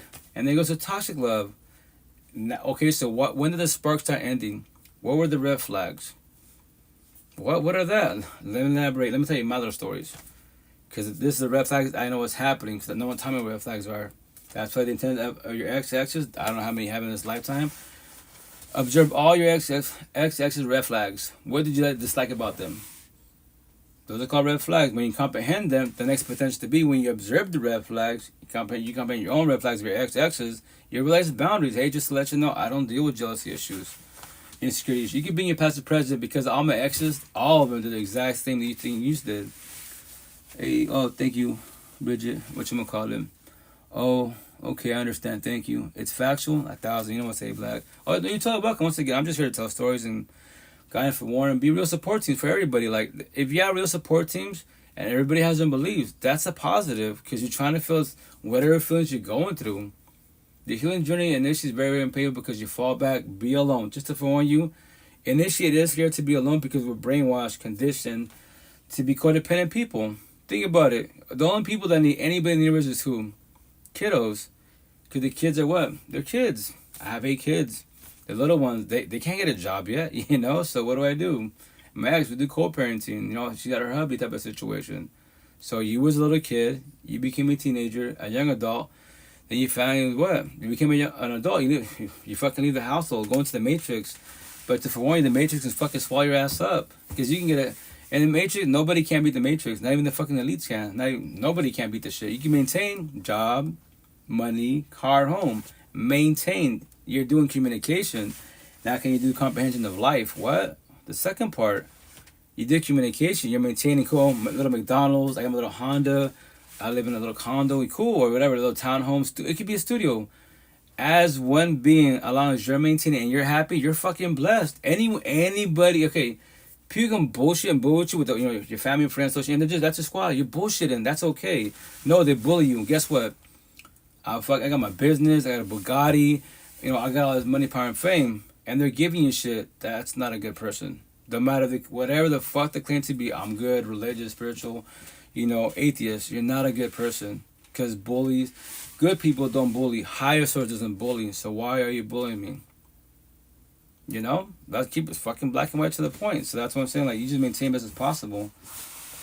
And from there, wise, these feelings, that's where everything changes. And when we say life's hard, which I'm going to tell in my bag is going to say life's hard, everyone's stuck stuck on the general cycle. The bullies that bullied you are getting bullied at home. The parents in toxic relationships are bullying each other. They cherry top. Relationships make you, break you, destroy you. You sold them a dream. They sold you a dream. Welcome to Life's Hard. Black and white. Straight to the point. Okay, it's the person by your side.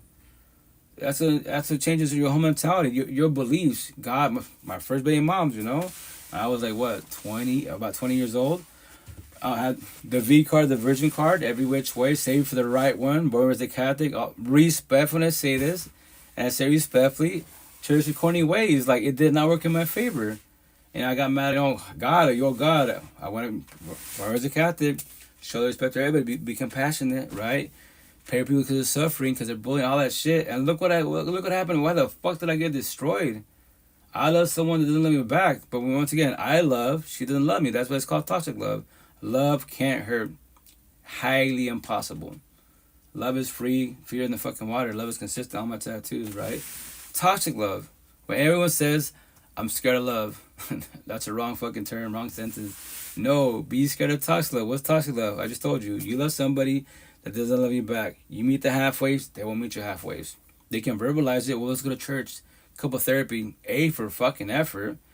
You know, they might be nice in front of the priest, in front of the therapist, but then you leave the therapy session, you leave church, you leave whatever, your little real support teams, right? But you get in the car, he's with the males, he's really talking shit to you.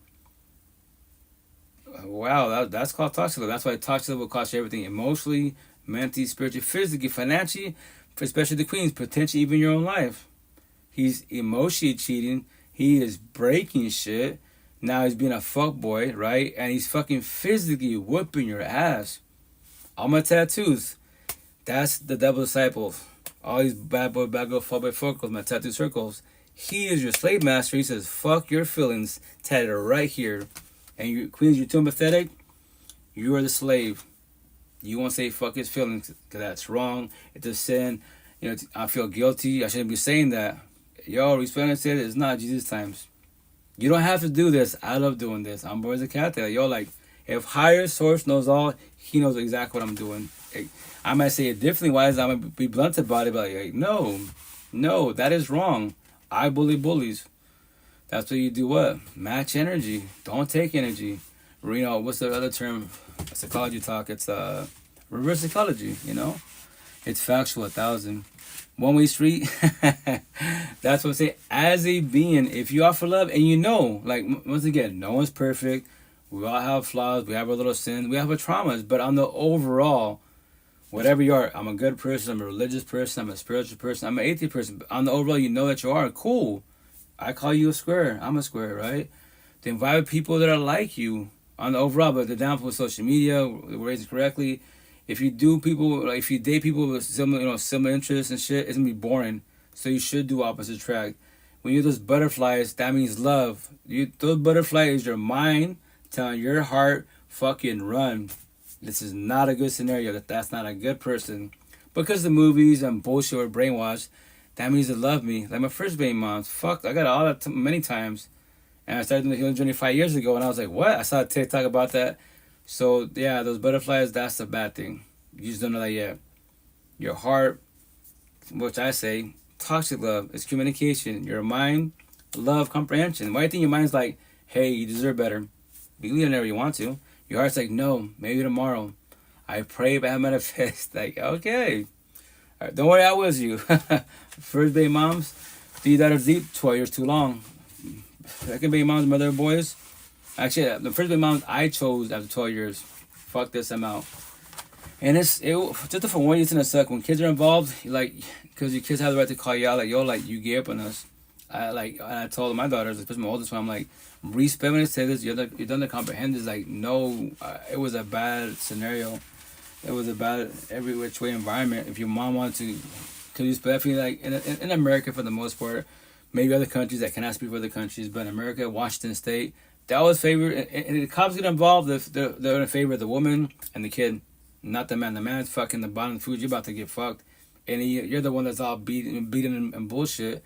And they have a little bruise, whatever the fuck, and you're bleeding. Let's take your ass in. Then you got domestic violence. Domestic violence charges, and then you get assault charges. It's a lot of shit. So, But that's why it's in life you make sacrifices, and when you start the healing journey, you elaborate to your kids. Check out. I tell all my kids, don't become your mother and father.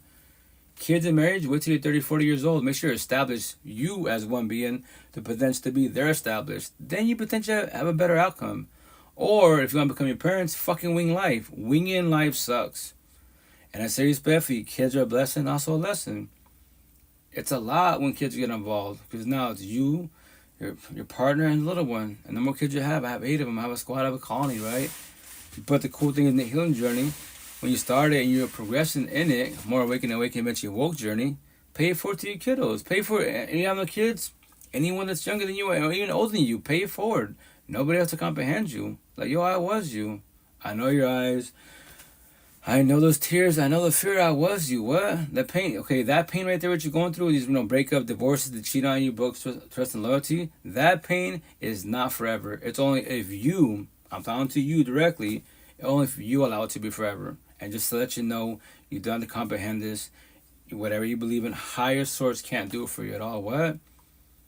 You can pray about how manifest all you want, because if that was factual, your mother, aunties, your abuelita, your grandmother should have got up and left your grandfather or father, uncle a long time ago. But no, because they're doing what you're doing till this fucking day. Praying, planning, manifesting. But your father, your uncle, your grandfather is still a fuckboy, and they go to church, pray to God, Allah, Buddha, the universe. Yeah.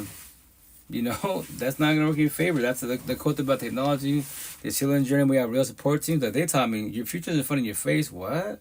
What do you mean my future's in front of your face? Look at all your toxic ass family. You just lost your second family, right? So look at all your toxic. Stop becoming all of them. They don't know this conversation. Higher source, nothing's wrong with that, those terms, I believe. But as a couple, you already know when scenario. Listen, my parents, my aunties, uncles, my grandparents go home, and behind closed doors, it's toxic as fuck. We all know they're toxic as fuck. So that's your future in front of your face. Your grandparents' age gap. And what's your grandparents and parents brag about? Mammy bullshit. They're a toxic couple, and they're all religious, spiritual, whatever they claim to be, right? But look at my house, look at my car, Dubai, Hawaii, fucking Pluto. They've done all that traveling, mammy bullshit, but as a couple, miserable as fuck, toxic as fuck. No matter 1 kid or 20,000 kids, we all know they're toxic. So don't become your toxic family. And I say, and respectfully, my kids, all my family, I'm 39. At 39 years old, in this lifetime, I stopped becoming all my toxic family. 5 years after my breakup, there's a lot, like 99% of them still together. They tell me I'm crazy, you're gonna get more tattoos because they're religious, you're gonna go to hell for that. I'm like, I don't care. I don't worry about hell. If that's factual, and let's say God's like, yeah, well, I get what you're doing, but, I made these little rules, you shouldn't really get tattoos, you're gonna go to hell. I'm like, fuck it, I'll take it for the team. A lot of people start the healing journey. I did my job. I'll go to hell, but guess what? You guys have a better outcome. Don't do what I did, because apparently tattoos is the devil. You're going to go straight to hell. I learned the hard way, quote unquote. Maybe in the next lifetime, I'll talk to myself. I have all these conversations, right? But no tattoos. But respect, I love my tattoos. Because they're words. These tattoos, these petty ass words are my scars. Healed. Everybody else, like, well, I can't say everybody. My tattoo way up here. And 95% of the universe, they're what? What up, homie? What's going on? What's going on? Oh, your tats, bro. Okay, thank you. You got tats everywhere. Huh? Damn, you kicked him. Yeah. And me.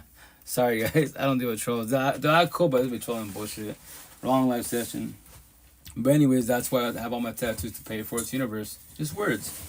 And my kids, I tell all my kids, our young generation, like, yo, like, and once again on Beagle, he's also on Facebook, Nazir, I forget his last name, don't quote me now, I was keeping simple, Nazir, I think he's like 1920, fucking awesome ass king, but very spiritual, religious, right, he breaks it down, I love the way he articulates his words, he's a little young rap artist to be, and the music he does is about the healing journey, all this feeling, which is beautiful, but I keep reminding them, hey, King, remember this, that is beautiful what you're doing, but remember this, the person by your side, that's what's going to matter. You don't want to get trauma bonded, isn't this what the fuck out of you, question your beliefs, and you're going to stay as long as you're supposed to. But remember this, you don't have to comprehend that. That's what I preach about, like Buddha was doing. Mind, body, Buddha, not knowing, I do mind, body, and toxic love broken. codependent relationships. It's the person by your side that will change your life in a positive manner or a negative manner. Just to forewarn you, you don't comprehend it at all.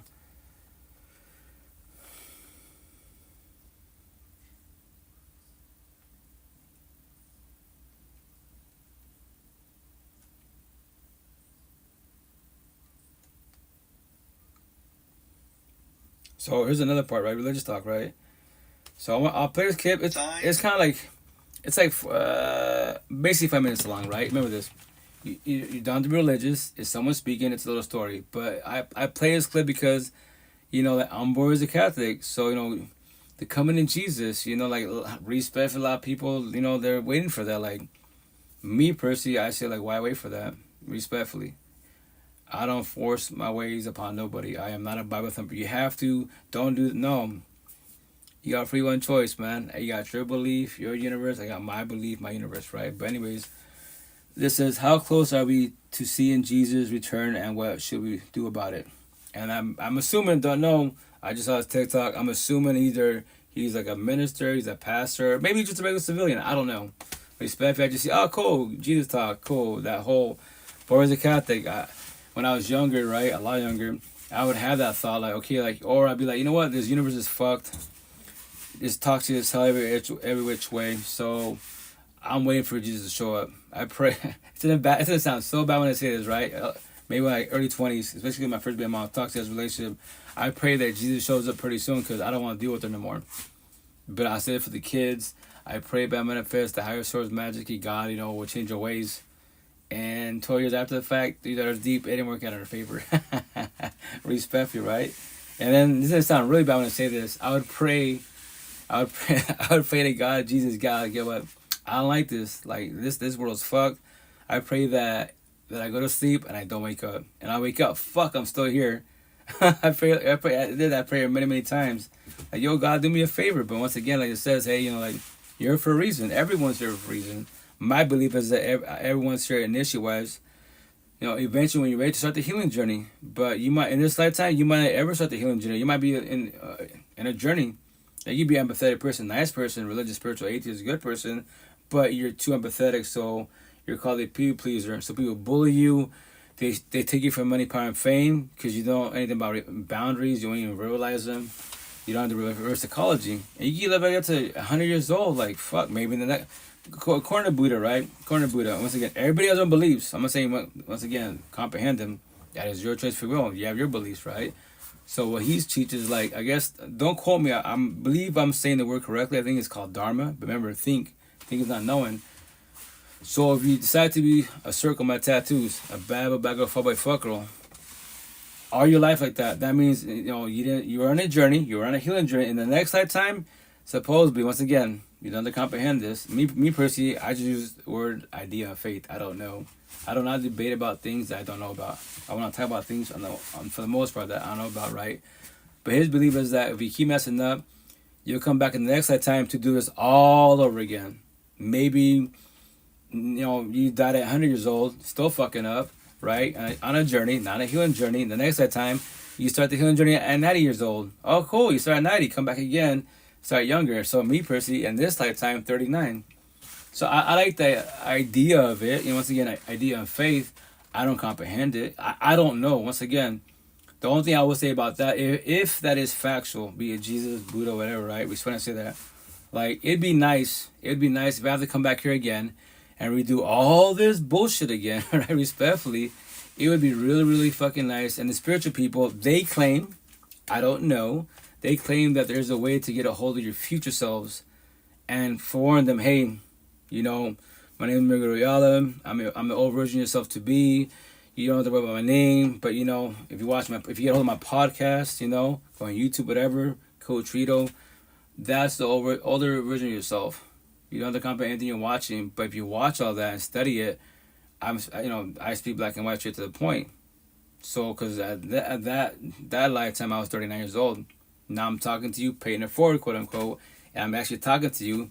Start the healing journey at a younger age. You don't have to comprehend anyone that's saying whatever they're saying, but as long as they're positive people, whatever, good, religious, spiritual, atheist people, they're on a healing journey. You hear that term? Rock with people with the healing journey. because you're going to evolve a lot faster. If not, you're going to suffer for years to be, because once again, everyone in this is on the victim mentality. You have the right to tell a sob story. The downfall, people cannot control their heart feelings. You're going to catch feelings, the eye touch, a little fucking hug, physical touch, and boom, another toxic relationship to be. Here we go again. In the beginning was so good, yes, like the Bible, and then it became toxic. Why did it become toxic? I don't know. When will you know? I don't know. Do you want to talk about it? No. Oh, cool. Or respect your boundaries. So either you're still on a journey or the very beginning of the healing journey. And I know it's scary to talk about your feelings, to become vulnerable. But if you don't do this, then you're going to keep doing what you're doing, hurting people. Or you're going to not know that you're ready, get up on somebody, and then get scared. Or, let's say scenario, you're both in a healing journey. They're more awakened woke journey. And it's not really a competition, but they're more evolved than you are. And then you're so traumatized with your exes that potentially, this relationship is too good to be true. They're not jealous, they're not controlling. They don't have a cell phone. I can travel, there's no, and you might talk to yourself, like I did, right? Like, this relationship is going too good. Like, something's going to happen. Now you're doing what? Self-doubt, potential self-sabotage relationship. Before they cheat on me, because you're traumatized because your exes, I'll cheat on them. Before they break up with me, I'll break up with them. Before they ghost me, I'll ghost them. You know how many one-on-ones, even before this healing journey, my family, friends, my homegirls, right? They be like, hey, I met this guy, he's like, you chill with the woo. And I meet them, oh yeah, he's a cool cat. Yeah, he's hella chill, I didn't know the term empath. I can tell you, I use the term square. Good person, right? On the overall.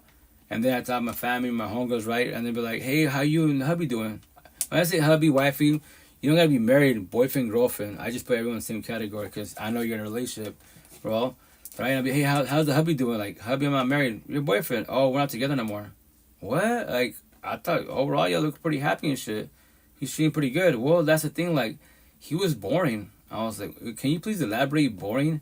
Well, like, we didn't really fight. He's not jealous, controlling nothing. Like, I believe there should be a little bit of jealousy. I was like, well, potentially, sure, but it's like me, I go, I'm not jealous. What do you mean? I'm not jealous. I don't care. Like, you're gonna emotionally. Remember, before the healing journey, this is years ago, right? I go, no, but I'll match your energy. If you want to cheat, I'll cheat. I'm gonna just tell you right now, what? Every which way. So you broke up with them. And I would tell them, okay, so you want that? You told me you want love, right? You want relationships. So no, you love that toxic love. What do you mean toxic love? Go back to your ex. Get another boyfriend like your ex that's emotionally cheating, verbally abused, be a fuckboy. He's physically fucking you up. So you want toxic love? Fuck it. And that poor guy right there, I go, he's the old version of myself. Maybe scenario. Let's say you're the last person in this lifetime that or the current time wise that what? Fuck this. I'm tired of being the nice guy, the nice girl. Every time these people want love, I give them love. I show them everything, and they always fucking leave me, they ghost me, they divorce me, they cheat on me. Every single time. So, you know what? I gotta get going. Huh?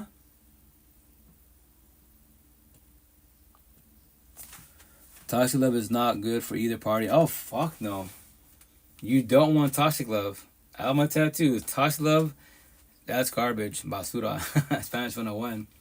Toxic love will cost you everything. Emotionally, mentally, spiritually, physically, financially, and the cherry top, potentially even in your own life. Why do you think when you get a toxic relationship, healing journey, the glow up, you feel good, right? And then your better health, gym, everything goes smoothly, right? Everything smoothly.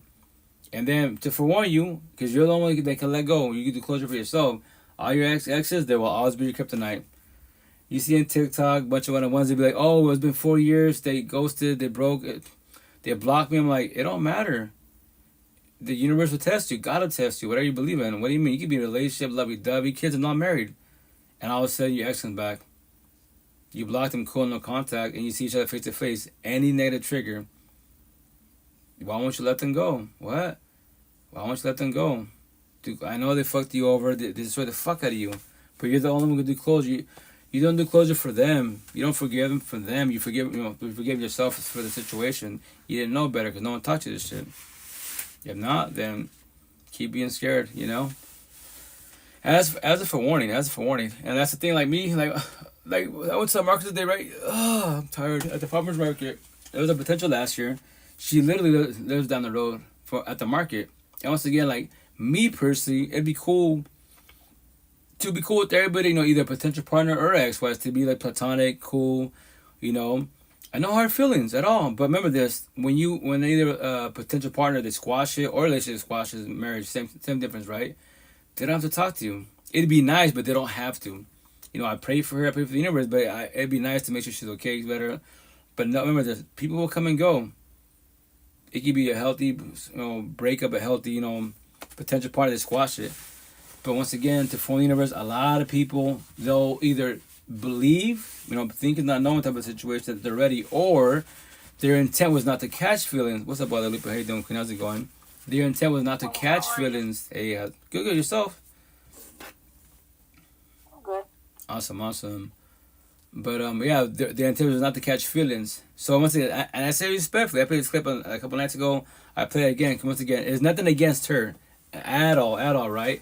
But the cool thing for me, personally, wise, like, as a potential partner or a partner, I keep our stuff, like, you know, pictures together, videos, whatever, right? So once again, like, you know, you don't see what I see.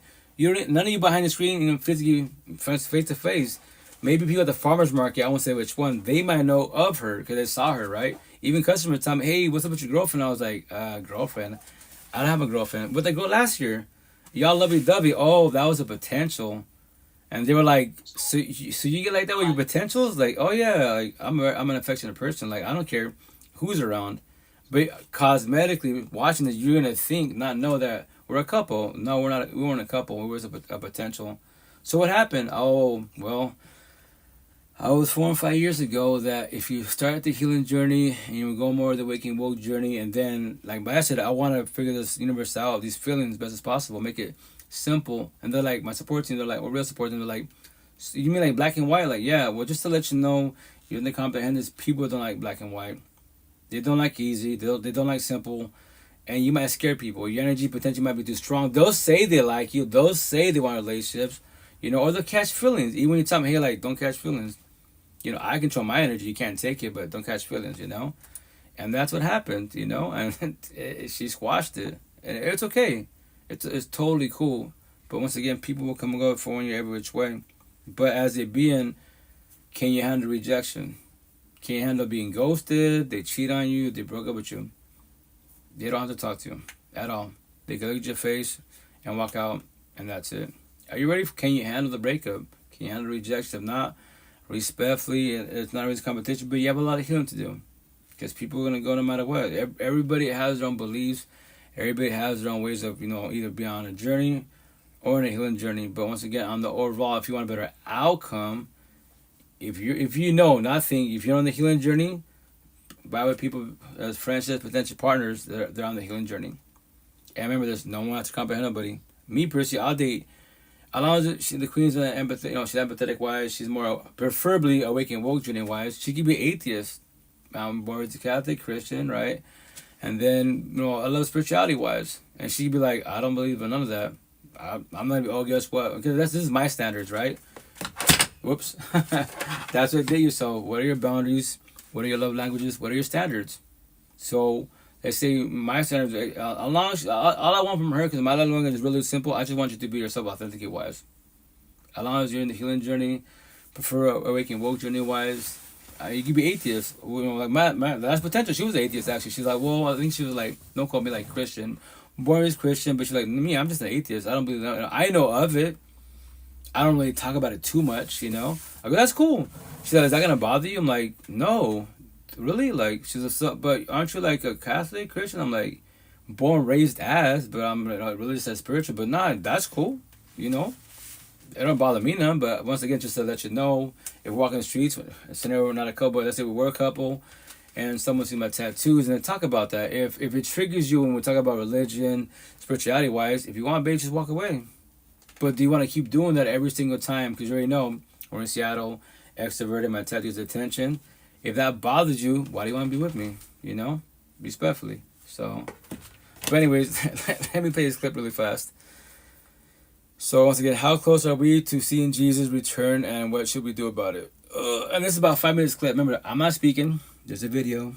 So I'm going to push play, and as this person speaking, if it triggers you, talk to yourself. Why and how. If it's too much for you, you can get out of the life. Keep scrolling. There's a zillion lives on these platforms, you know? The signs of the return of the Lord are all around us, and many people are wondering, what should we be doing about it? Well, first, if you don't know the season that you're living in, let me give you a few things to consider. The Bible is not arbitrary or random. God declares the end from the beginning, and in the beginning of creation, we see a 7-day creation account where you have 6 days where the Lord is working, and then he's resting on the 7th day. We call that the Sabbath, the day that he set apart. Well, the Bible teaches that with the Lord, 1 day is as 1,000 years, and 1,000 years is as 1 day. If you do Bible chronology, you'll find out that we are right at the very end of the 6th day. We're just in the final moments before the start of the 7th day. And at the very end of the Bible, in the book of Revelation, there's something called the millennial reign of Christ, where Jesus returns to the earth and reigns for 1,000 years. That's no doubt the 7th day, or the day of the Lord. Now, we also see at the end of the world, there's a system on the earth called the Mark of the Beast system, where there's an image to the beast, something that man has made. The people that dwell on the earth create something, and it comes to life, and it dominates everybody on the earth, forcing everyone into an economic system where they can't buy or sell without a mark in their right hand or in their forehead. Now, for nearly 2,000 years since those words were written, that just looked absolutely crazy. But now, with the emergence of AI and digital currencies, we see these things literally being fulfilled in front of us. And of course, arguably the biggest sign of the return of the Lord is looking at the fig tree, which is the nation of Israel. In 1948, Israel became a nation again. That is the budding of the fig tree, and it's about to put forth its leaves. That will be the construction of the third temple. You see, Adam and Eve covered themselves with fig leaves when they knew they were naked after they ate from the tree of the knowledge of good and evil. This is a picture of man's covering, or man's atonement system. This is the Levitical priesthood. At the end of the world, there's two witnesses that show up, the law and the prophets, Moses and Elijah, and they're wearing sackcloth in Jerusalem, ministering at the temple over the 144,000 children of Israel. Now, why would they be at the temple? Because they're under the Mosaic law and the Levitical priesthood.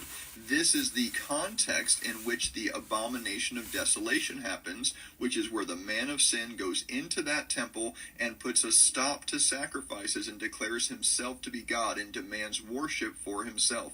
This is that act of rebellion of the devil, that pride that led to the fall, manifesting in the flesh. Remember, everything that happens in the spirit will ultimately manifest in the flesh, and that's what the abomination of desolation is. Now, this final act of rebellion manifest in the flesh will lead to the full wrath of Almighty God, the 7 bowls of wrath, and that will culminate in what's called the day of the Lord, or the second coming of Christ, the millennial reign of Christ. But the question is, what should we do about this? Well, remember, the Lord Jesus says to his believers, don't let your heart be troubled, and neither let it be afraid. The Bible says God hasn't given us a spirit of fear, but of power, love, and a sound mind. You see, this is our blessed hope, the glorious appearing of our great God and Savior, Jesus Christ. This is the groom returning for the bride. We're not looking forward to the Antichrist. We're looking forward to the return of Christ. We're looking forward to our groom and being caught up to meet him together in the clouds in the air.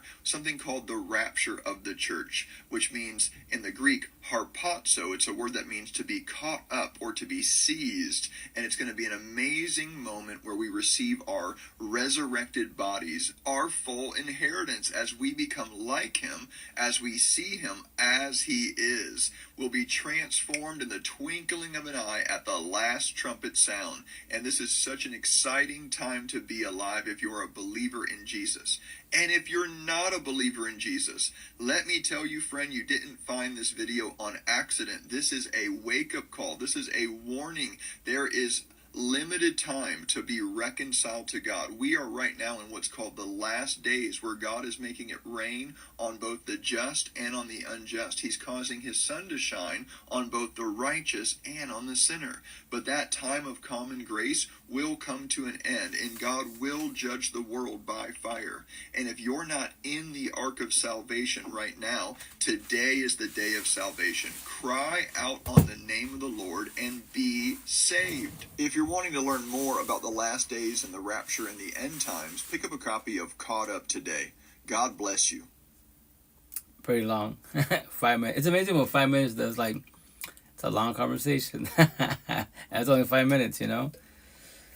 But once again, that's religious talk. Me personally, I say there's nothing against what he's saying, but what I believe, born as a cat, like, why worry about that?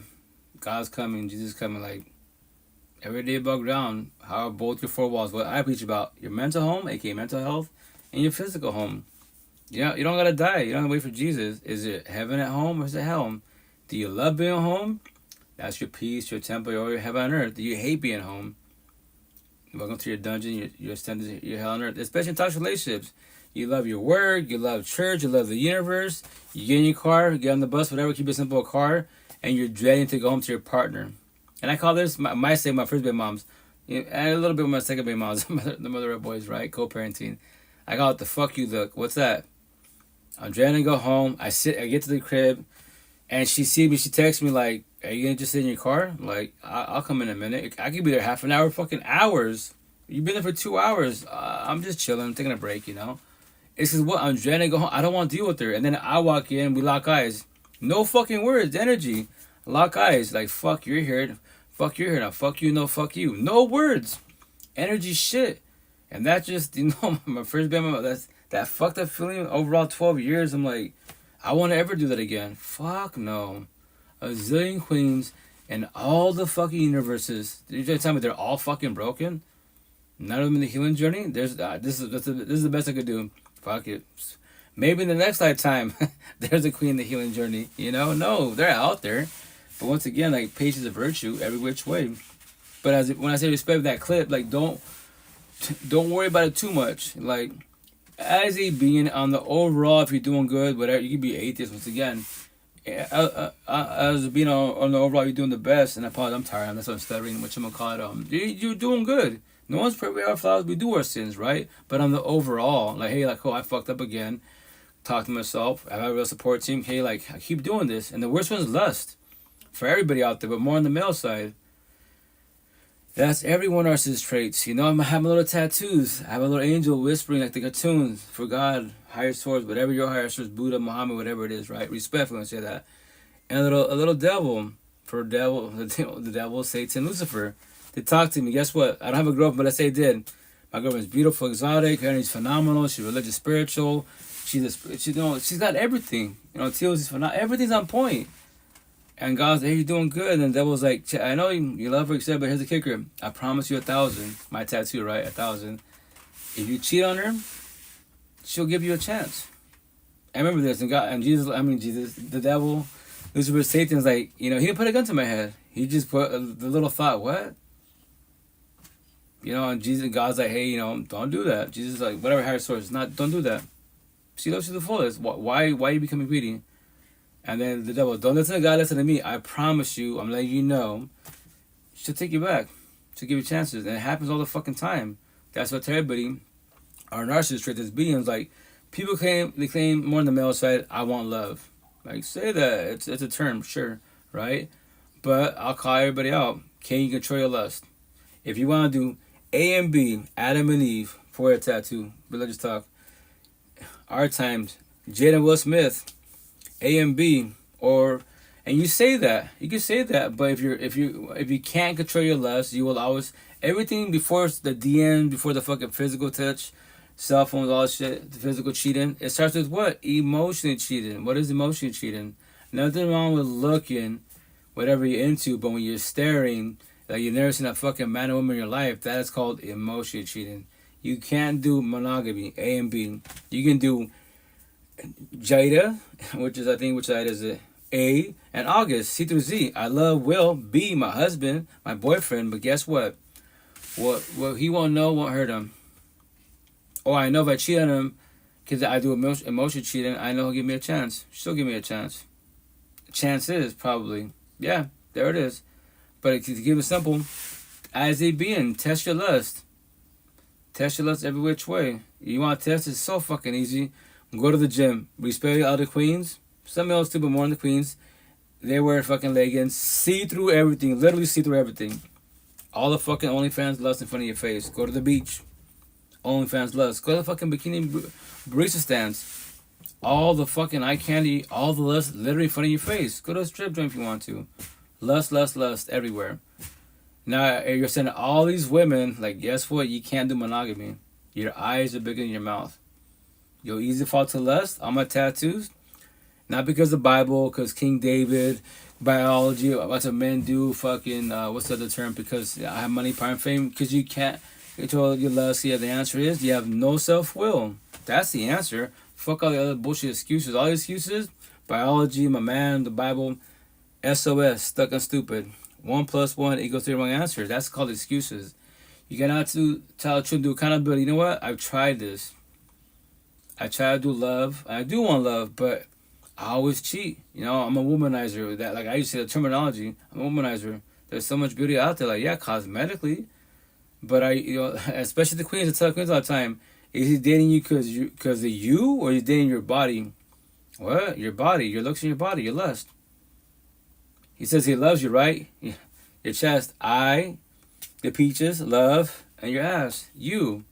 He's dating your body. He's not dating you. That's why I love you traditionally. Avatars deeper. I see you. What's I see you? I see the inside of you first and foremost. Then the outside, your environment, and your whole universe. That's what I see. If I date you, I date all your universe. Every which way. Your lifestyle, family, friends, everything. And vice versa. So that's what I'm saying. As a being, talk to yourself. You know, test yourself. Nothing's wrong with looking. Yeah, he's on point. She's on point. They're beautiful, exotic, cool. And here's the best part, to make it simple. If your partner, I mean, especially more on the female side, let's say a partner, hey babe, just to let you know, I don't care. I'm not just controlling. I don't give a shit if you look at guys. And when they say this, typically females say this, right? On the overall, what are you talking about? Look, I see. Yeah, there's guys walking, but I don't look like that at all. All I see is when they say that, it's the same fucking sentence. All I see is you. I don't see nobody else. Yo, you got a fucking keeper every which way. They are offering love 1,000.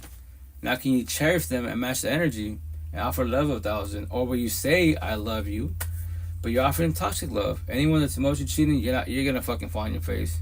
You're gonna hurt your partner, and he can claim to be I'm a good person. No, you're not. You're not a good person.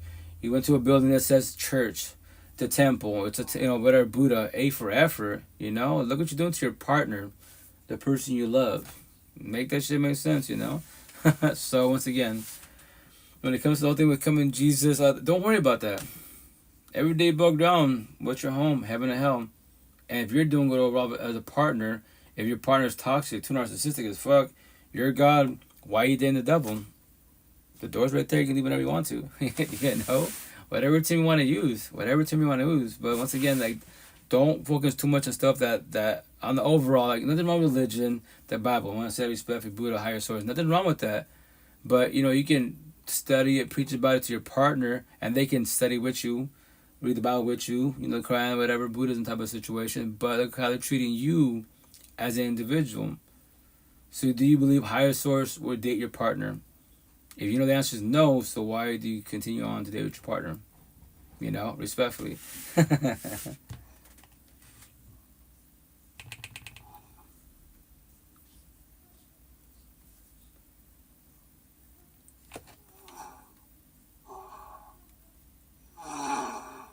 Oh. Sorry, guys. Guadalupe passed out. I thought I heard something, but she passed out. I'll do another 32 minutes, guys, and I'll be out. I'm about to paste another clip. Remember this. You don't see what I see. So, and I say this terminology in a minute, but... That no matter what... There's some women that no matter what you tell them, what you teach them, how patient you are, they will always be unruly, disrespectful. You'll never get along with them. These are the very worst women to get pregnant because there will never be anything good. They will always have an excuse, a story, an issue. And the worst ones, you can tell them from a mile away, they love attention, they crave for attention because no one else is as important as them, including you. So the term they want to use for the most part, that's a girl. I use the term boys and girls. They're too narcissistic. What's the flaw? They're too narcissistic. They're too egotistic. They're too mean, too prideful, too greedy. They're called destroyers. All eyes on them. They love that. Their validation is all the attention. That everybody wants them. Everybody lusts over them. And then their God is man-made bullshit. What's man-made bullshit? Their body, their beauty, their looks, the lust, the car, money, job, homes, and man-made bullshit. That is their God. They could say God, but they're, as a part of them, is treating you to the fullest. Verbally abusive, physically abusive, being a fuckboy, fuck girl. So what he's saying, right? What you're saying, correct. But me personally, my tattoos, born in the ghetto hoods, but I'm not. I live in it, but I'm not in it, right? So that's my first baby mom. My Spanish 101. Time for reason. It says right here. Where's it at? Oh, right here. It says de la calles, Spanish 101. For the suburbs, the squares, street folk, from the ghetto hood niggas, and the black market world. Young mafiosos. You don't date them. If you want to self-sabotage your life, go do opposite track, go to the ghetto hoods, and have kids with them. I pray for the universe. I go on my day of my life. Why do you think all the universe is segregated? Ghetto hoods, bad. On my tattoos, I'll read it for you. It says, all ghetto hoods are Lucifer's playgrounds. Hell on earth, toxic relationships, toxic love and lust. All suburbs, good areas are God's playgrounds. Heaven on earth, healthy relationships, love and lust. Yes, you do have bad people in the suburbs. Yes, you'd have good people in the ghetto hoods. But on the overall, there's more bad than good in the ghetto hoods. And there's more good than bad in the suburbs, good areas. That's why you pay more money to live in the nicer areas. Your kids can walk the streets freely in the ghetto hoods. Yeah, don't let your kids walk the streets so much, Sharing abundance, take care. Oh, thank you, Rose. Like, what have does not take care, be safe. And I say that respectfully. That's my first baby mom. I don't date the la calles. I will not date no girl from the ghetto hoods at all. Only she's a woman that's in a healing journey and she's evolving. And once again, you can leave the ghetto hoods and move to the suburbs. That, like they're saying, you can leave the hood, but the hood leave you. What does that mean? You're probably an ego. That's why I tell the potential to be the queens. I'm not gonna get a hoods 1,000. I don't hold back. If that hurts you, triggers you, why would you even want to shoot a shot? And I'm not gonna Spanish culture, Hispanic to Spaniards, 1,000. And I say respectfully, and the whole Spanish culture of all universes, right? Keep it simple, Earth, right? 99.999%. None of these boys and girls can teach me about any of my tattoos. God, I'm like, yes, I'm born as a Catholic. I've heard God, etc. But look at this. And to tell all the queens behind the screen to form the universe. Behind the screen, before I get out of here, you queens, right? You're white, yellow, purple. Every culture, if you're not part of it, you can be half mixed, cool, whatever, but as long as you're teaching about the culture. But keep it simple. You're not part of the culture at all. You're black, yellow, purple once again, right? And you want to date brown boys, Hispanic, Latino, Spaniards, to fearing you on a positive manner. You don't comprehend this. 80% brown boys are fuck boys. They go to church, pray to God, Jesus, Allah, Buddha, the universe, the spiritual universe, your ancestors. They're hard workers. They don't work hard relationships. Just to let you know. You don't comprehend that. If you want to learn the hard way, I pray for you in the universe. I go my day, I go my life. Don't fall for the curly hair, porque hablo español. Nomás es un idioma. It's just a fucking tongue. It's a language. Just because I speak a tongue, a language, doesn't make me a better person. Just because I go to church, a building, it doesn't make me a better person. I can read the Bible, it doesn't make me a better person. All these tattoos, it doesn't make me a better person. They're just words. It's a building. Actions speak down the words. That's why it's energy. When I speak, what's my energy? Is it positive and negative? Am I here to hurt people? I hurt you with the truth, especially the boys and girls. I will hurt you with the truth. But to get your attention, if you don't like hearing the truth, keep scrolling. You're in the wrong life session. You're on a journey. You're not on the healing journey. It's scary. It's scary to feel these feelings. It is. But I promise you that when you start it on the overall, especially go to more on the awakening wise, that's less energy in your ex. You still talk about it, but not as much. And more energy in the person yourself. Now, when you start doing that, I promise you 1,000, it'll benefit you because now you study people. Like, yeah, cosmetically they're beautiful, but look at their energy. Look how they mistreat people. They're rude as fuck. Before they open their mouth, I look like a little angel. They dress nice, look proper, but when they speak, fuck, their energy is garbage. I don't say, like, I don't mess with circles, bad boy, bad girl, full by fuck girls, and I don't mess respect for my tattoos on for a reason. Zombies, addicts, and addiction. With circles and zombies, I'll be your real support team. I'll be your associate. If you're not too toxic, your environment's not too toxic, I'll even call you a friend. Date, I won't date you. I won't date you at all, respectfully. There's no way we're gonna work out. And I tell her, there's some shoot the shot. I tell her, Queen, just to let you know, you're gonna hurt your own feelings by trying to get involved with me. What? You're gonna self-sabotage your life, because every time you get triggered, things happen, your family gives you shit. I'm like, babe, why don't you open your mouth? How was you? If you don't open your mouth, that I know that's your parents, that's your grandparents. Respect your elders. Match energy. If they're disrespecting you, disrespect them. Calm the fuck. I do it all the time. Anyone that's older than I am give me shit. I'm like, especially in Seattle, because my tattoos are you're the devil, you're wrong. But look how old you are. You gotta be 70 plus. You look how 70 plus, which didn't hurt my feelings. You can tell me my tattoos are wrong. I'm the devil. Look how old you are, and you're bullying me. How does it feel to be your age and you're still miserable in life? And you believe in God, Buddha? Why? Would God bully me? Would Buddha bully me? And they get fucking mad. You're wrong. You go to hell. Like, I don't care about hell. I respect it. I don't worry about it. When I go home, I go on DoorDashing. I go to my car. I go inside my car. And this conversation, I go to my heaven, my peace, my temple, my aura. You go in your car, you go to your fucking dungeon, you're sensing, you're hell on earth. I just fucked up your day. And I don't know you. I am a nobody. You're a nobody. I took your energy. You can't take my energy. Black and white. So once again, be very careful who you get involved with. Respect it, especially in the ghetto hoods. Like, show me love in the ghetto hoods. You do have some empathetic people. I'm in this shit, but I'm not in this shit, right? Kids have more love than the parents do, than adults do, respectfully. But those kids would potentially, in due time, become the teenagers and adults, because then they get destroyed in toxic love, broken, codependent relationships. Now they become, this whole thing with empaths, narcissists, like, you know, what's the word they use, like, through the blood, like DNA, what's the term they want? It's like it's passed over. Like, no, what I believe, which in middle school, high school, but more middle school, this is when you choose to be the nice and natural, a square, or to become a circle, bad boy, bad girl, fuck boy, fuck girl, because you're getting this straight at home. And here's the best part for all you middle school, high schoolers, right? How's your home? I ask all of them, how's your home? What do you mean? How your parents doing? I don't got a father. Okay, well, that's called child trauma, toxic love, right? There it is. They say potential partner in middle school, high school, but you ask them to say, nobody asks these questions. You want to talk this shit. Ask them, how your parents doing? Oh, I don't got a mother. Oh, shit. I don't got a father. You don't got a mother. Cool, we have things in common. A for fucking effort. But you don't know this yet. Both of you grew up with toxic love, child trauma.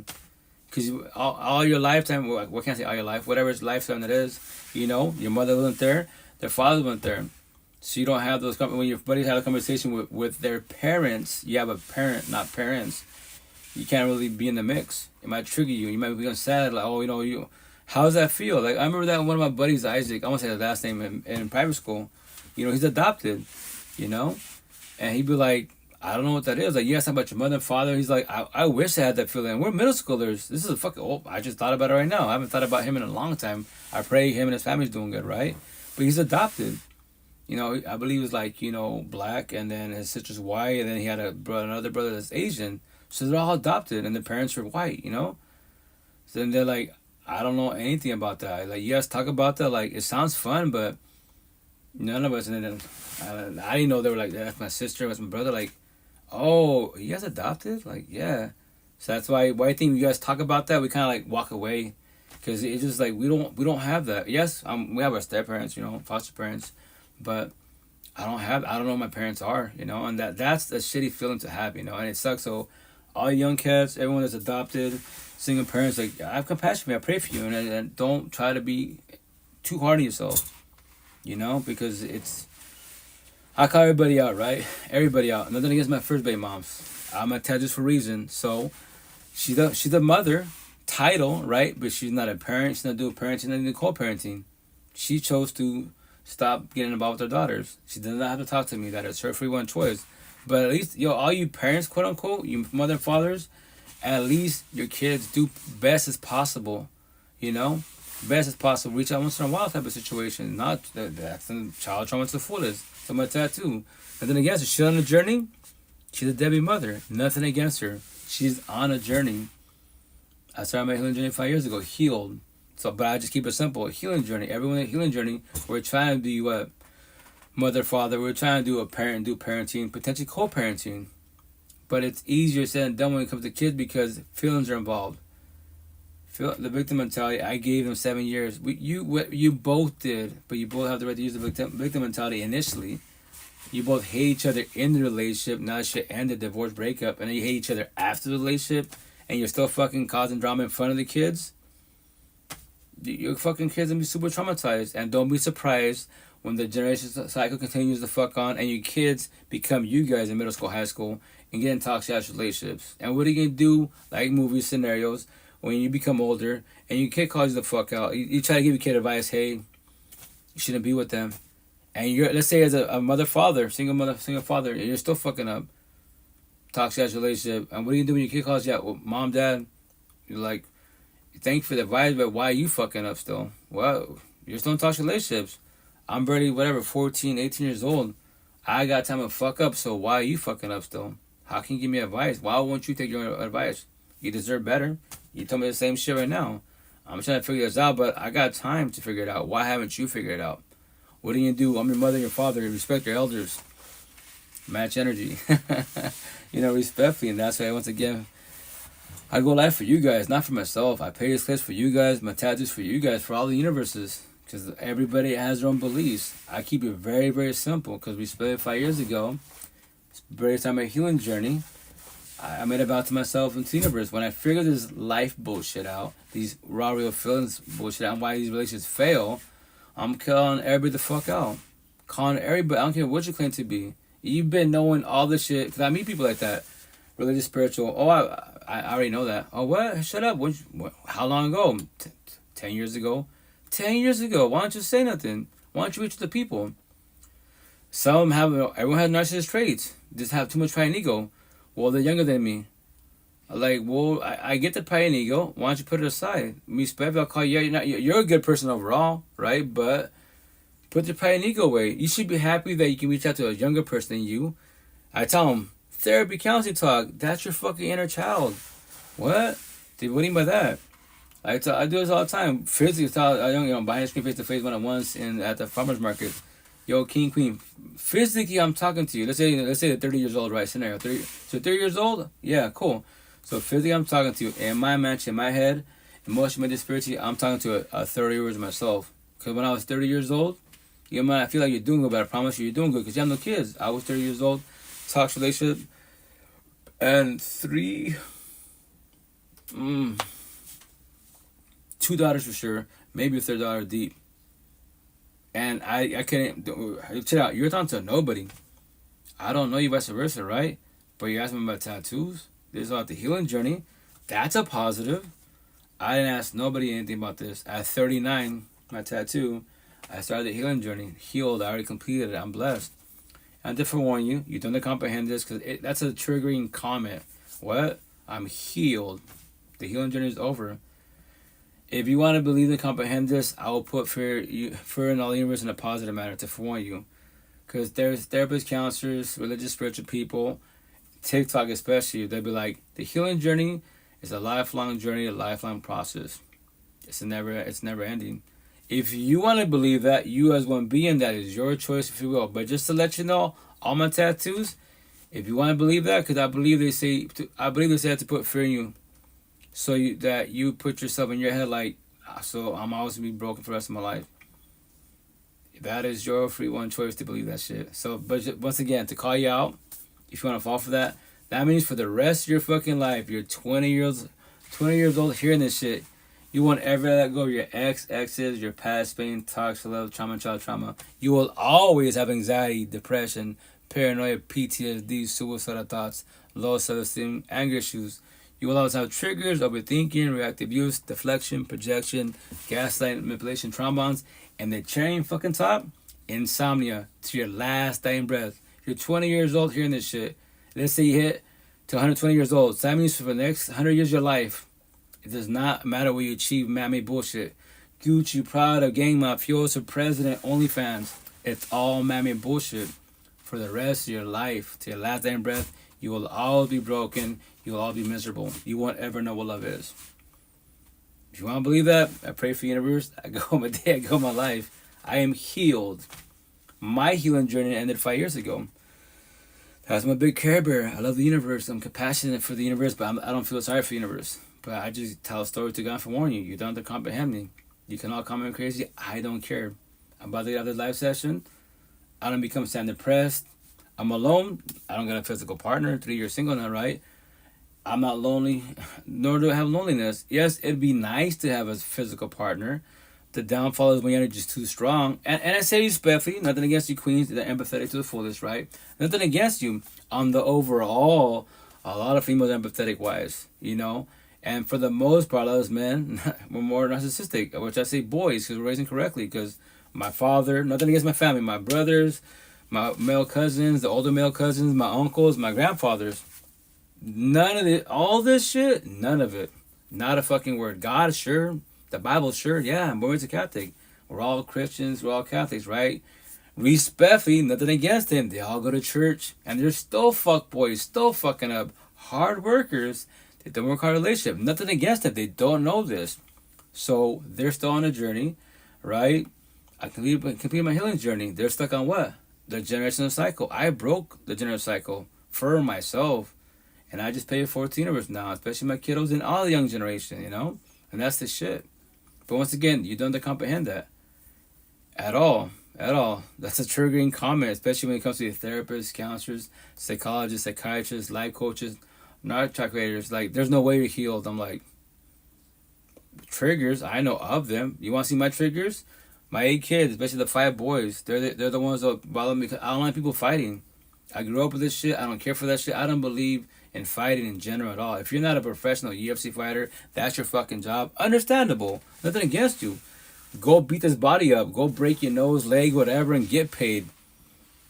I have compassion for you. I don't feel sorry for you. You don't know this yet. This body's weak as fuck. You're young. You're Superman, Superwoman. When you get older, these bones, these broken bones, these aches, and hurt really bad every 10 years. You know? But everybody else know. Like Bruce, they asked Bruce Lee, you know, if you know who would you win against a fight? He's like, fighting. If I have to fight, I already lost the war. Which who knows? I'll probably get that tattooed on me. I love that shit. It's facts. It's facts. I don't have to get physical with nobody. I just say, you know, that's for monkeys. That's weak. Words go deeper than a knife. Every which way, you know. But once again, no one has to comprehend that. That's what I'm saying. All these tattoos, my scars healed. I let go. 95% of words, all these petty ass words, they're still your cuts and wounds. When my heart has a scar. If your heart has a scar, that means you're healed from whatever trauma it is. There is no way I'm going through a breakup. I'm sad, depressed. Oh, my ex came back and I got scared. I got mad at, you know, whatever, hateful. Like, but how you said your heart has scars. So you're using the wrong terminology. So that means those scars, you know what a scar is, right? Like, for example, myself, my tattoos. I get tattoos.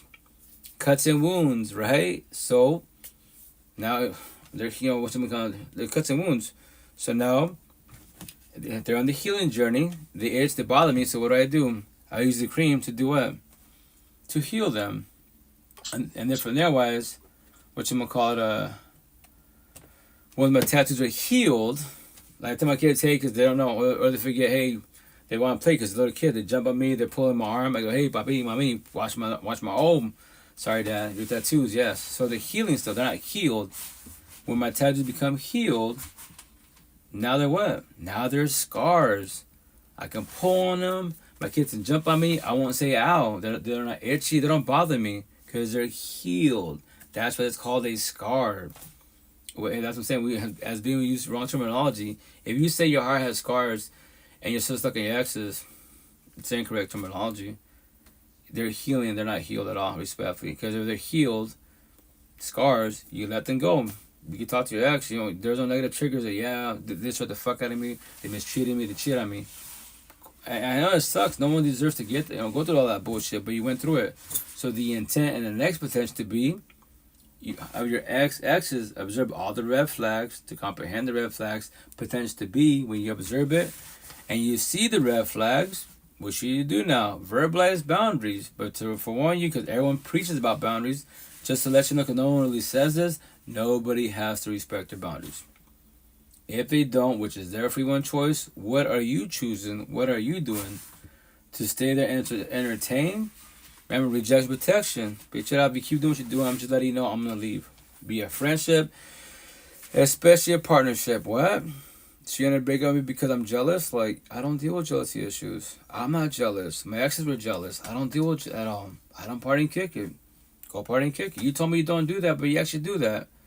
Because in the beginning, everything's good, lovey-dovey shit. The honeymoon phase, we all trying to, be on our best part, be lovey-dovey and shit. After you get comfortable with each other, especially when you have TLC sex intercourse, because love is consistent. There goes a toxic love. Now less texting, less calling. Now you're getting comfortable, less conversations, and you lay in the same fucking bed. Can't even talk to each other. Welcome to the toxic love. Shit's ending. Now you're staying, you're leaving. But once again, love you guys. Have a blessed day. Have a blessed night. Take it, be safe. You probably see me potentially Sunday or Monday. But I'll be back here sometimes during the week. I'm only one person. Co-parent the best possible. Multiple jobs. So it's a lot. I'm really tired. So I apologize. I'm trying to speak a lot more slower. I know I got an accent. I know I'm almost slow because I'm very, very exhausted. So please bear with me. I've been trying to slow it down. My main issue for the most part on the overall, I speak fast. That's why you see me fluctuate fast, slow, mumble slur. I stutter my words because I'm very, very exhausted right now. So, but once again, I keep doing this for you guys, not for me. I am blessed. All this I talk about, all these clips I play, zero. I won't ever, capital E, ever go through any of that. What's toxic? What are breakups? What are divorces? Anyone can do that to you. As long as you control your energy, then no one can hurt you. I promise you that. They can try to take it.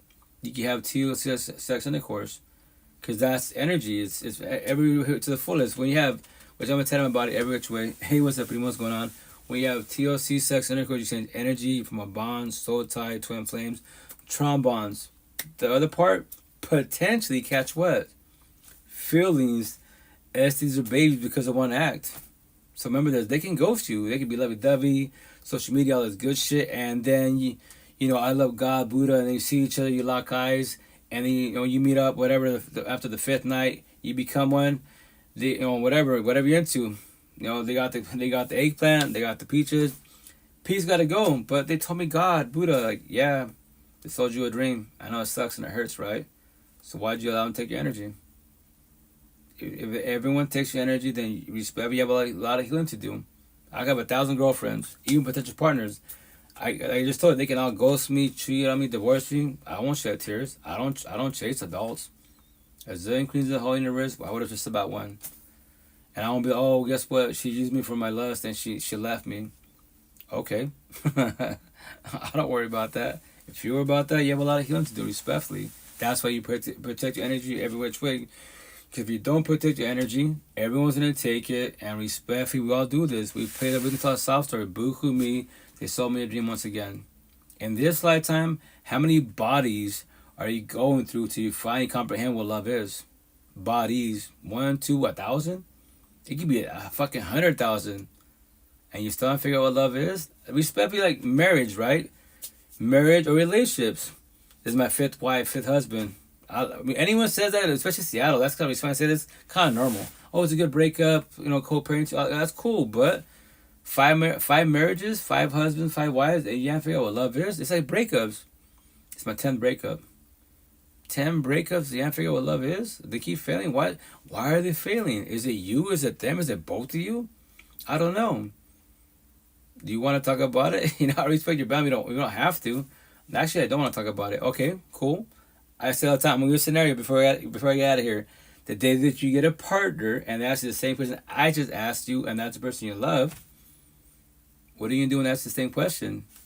Shut down and push them away? Then if you do that, what are you doing there with them?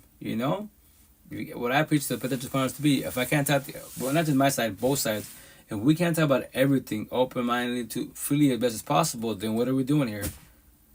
Cosmetically, yes, be cute couple, cute kids, fuck all that bullshit.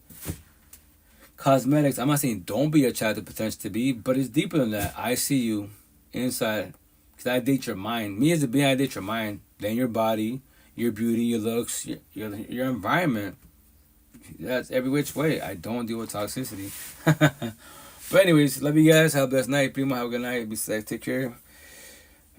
Be safe, guys. Say it again. Who was that? Someone talked. But have a good night. Take care. Be safe. See you guys sometime. Remember, I'm always your pocket 24/7, 365. Please don't feel alone. And good night, primo. You know, and I say respectfully once again. Put them on social media. Maybe locally you're alone. All these platforms, all these resources. On top of that, technology, AI, ChatGPT, C.AI. I have full conversations with the AI coder programmer. So once again, there's many resources. But have a good night, guys. Stay blessed. Take care. Be a squad. Take care. Love you guys. Have a good night.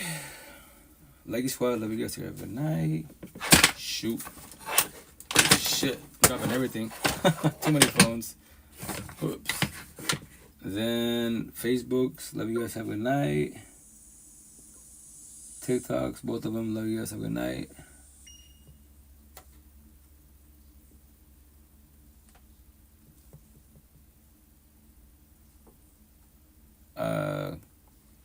IG, love you guys, have a good night.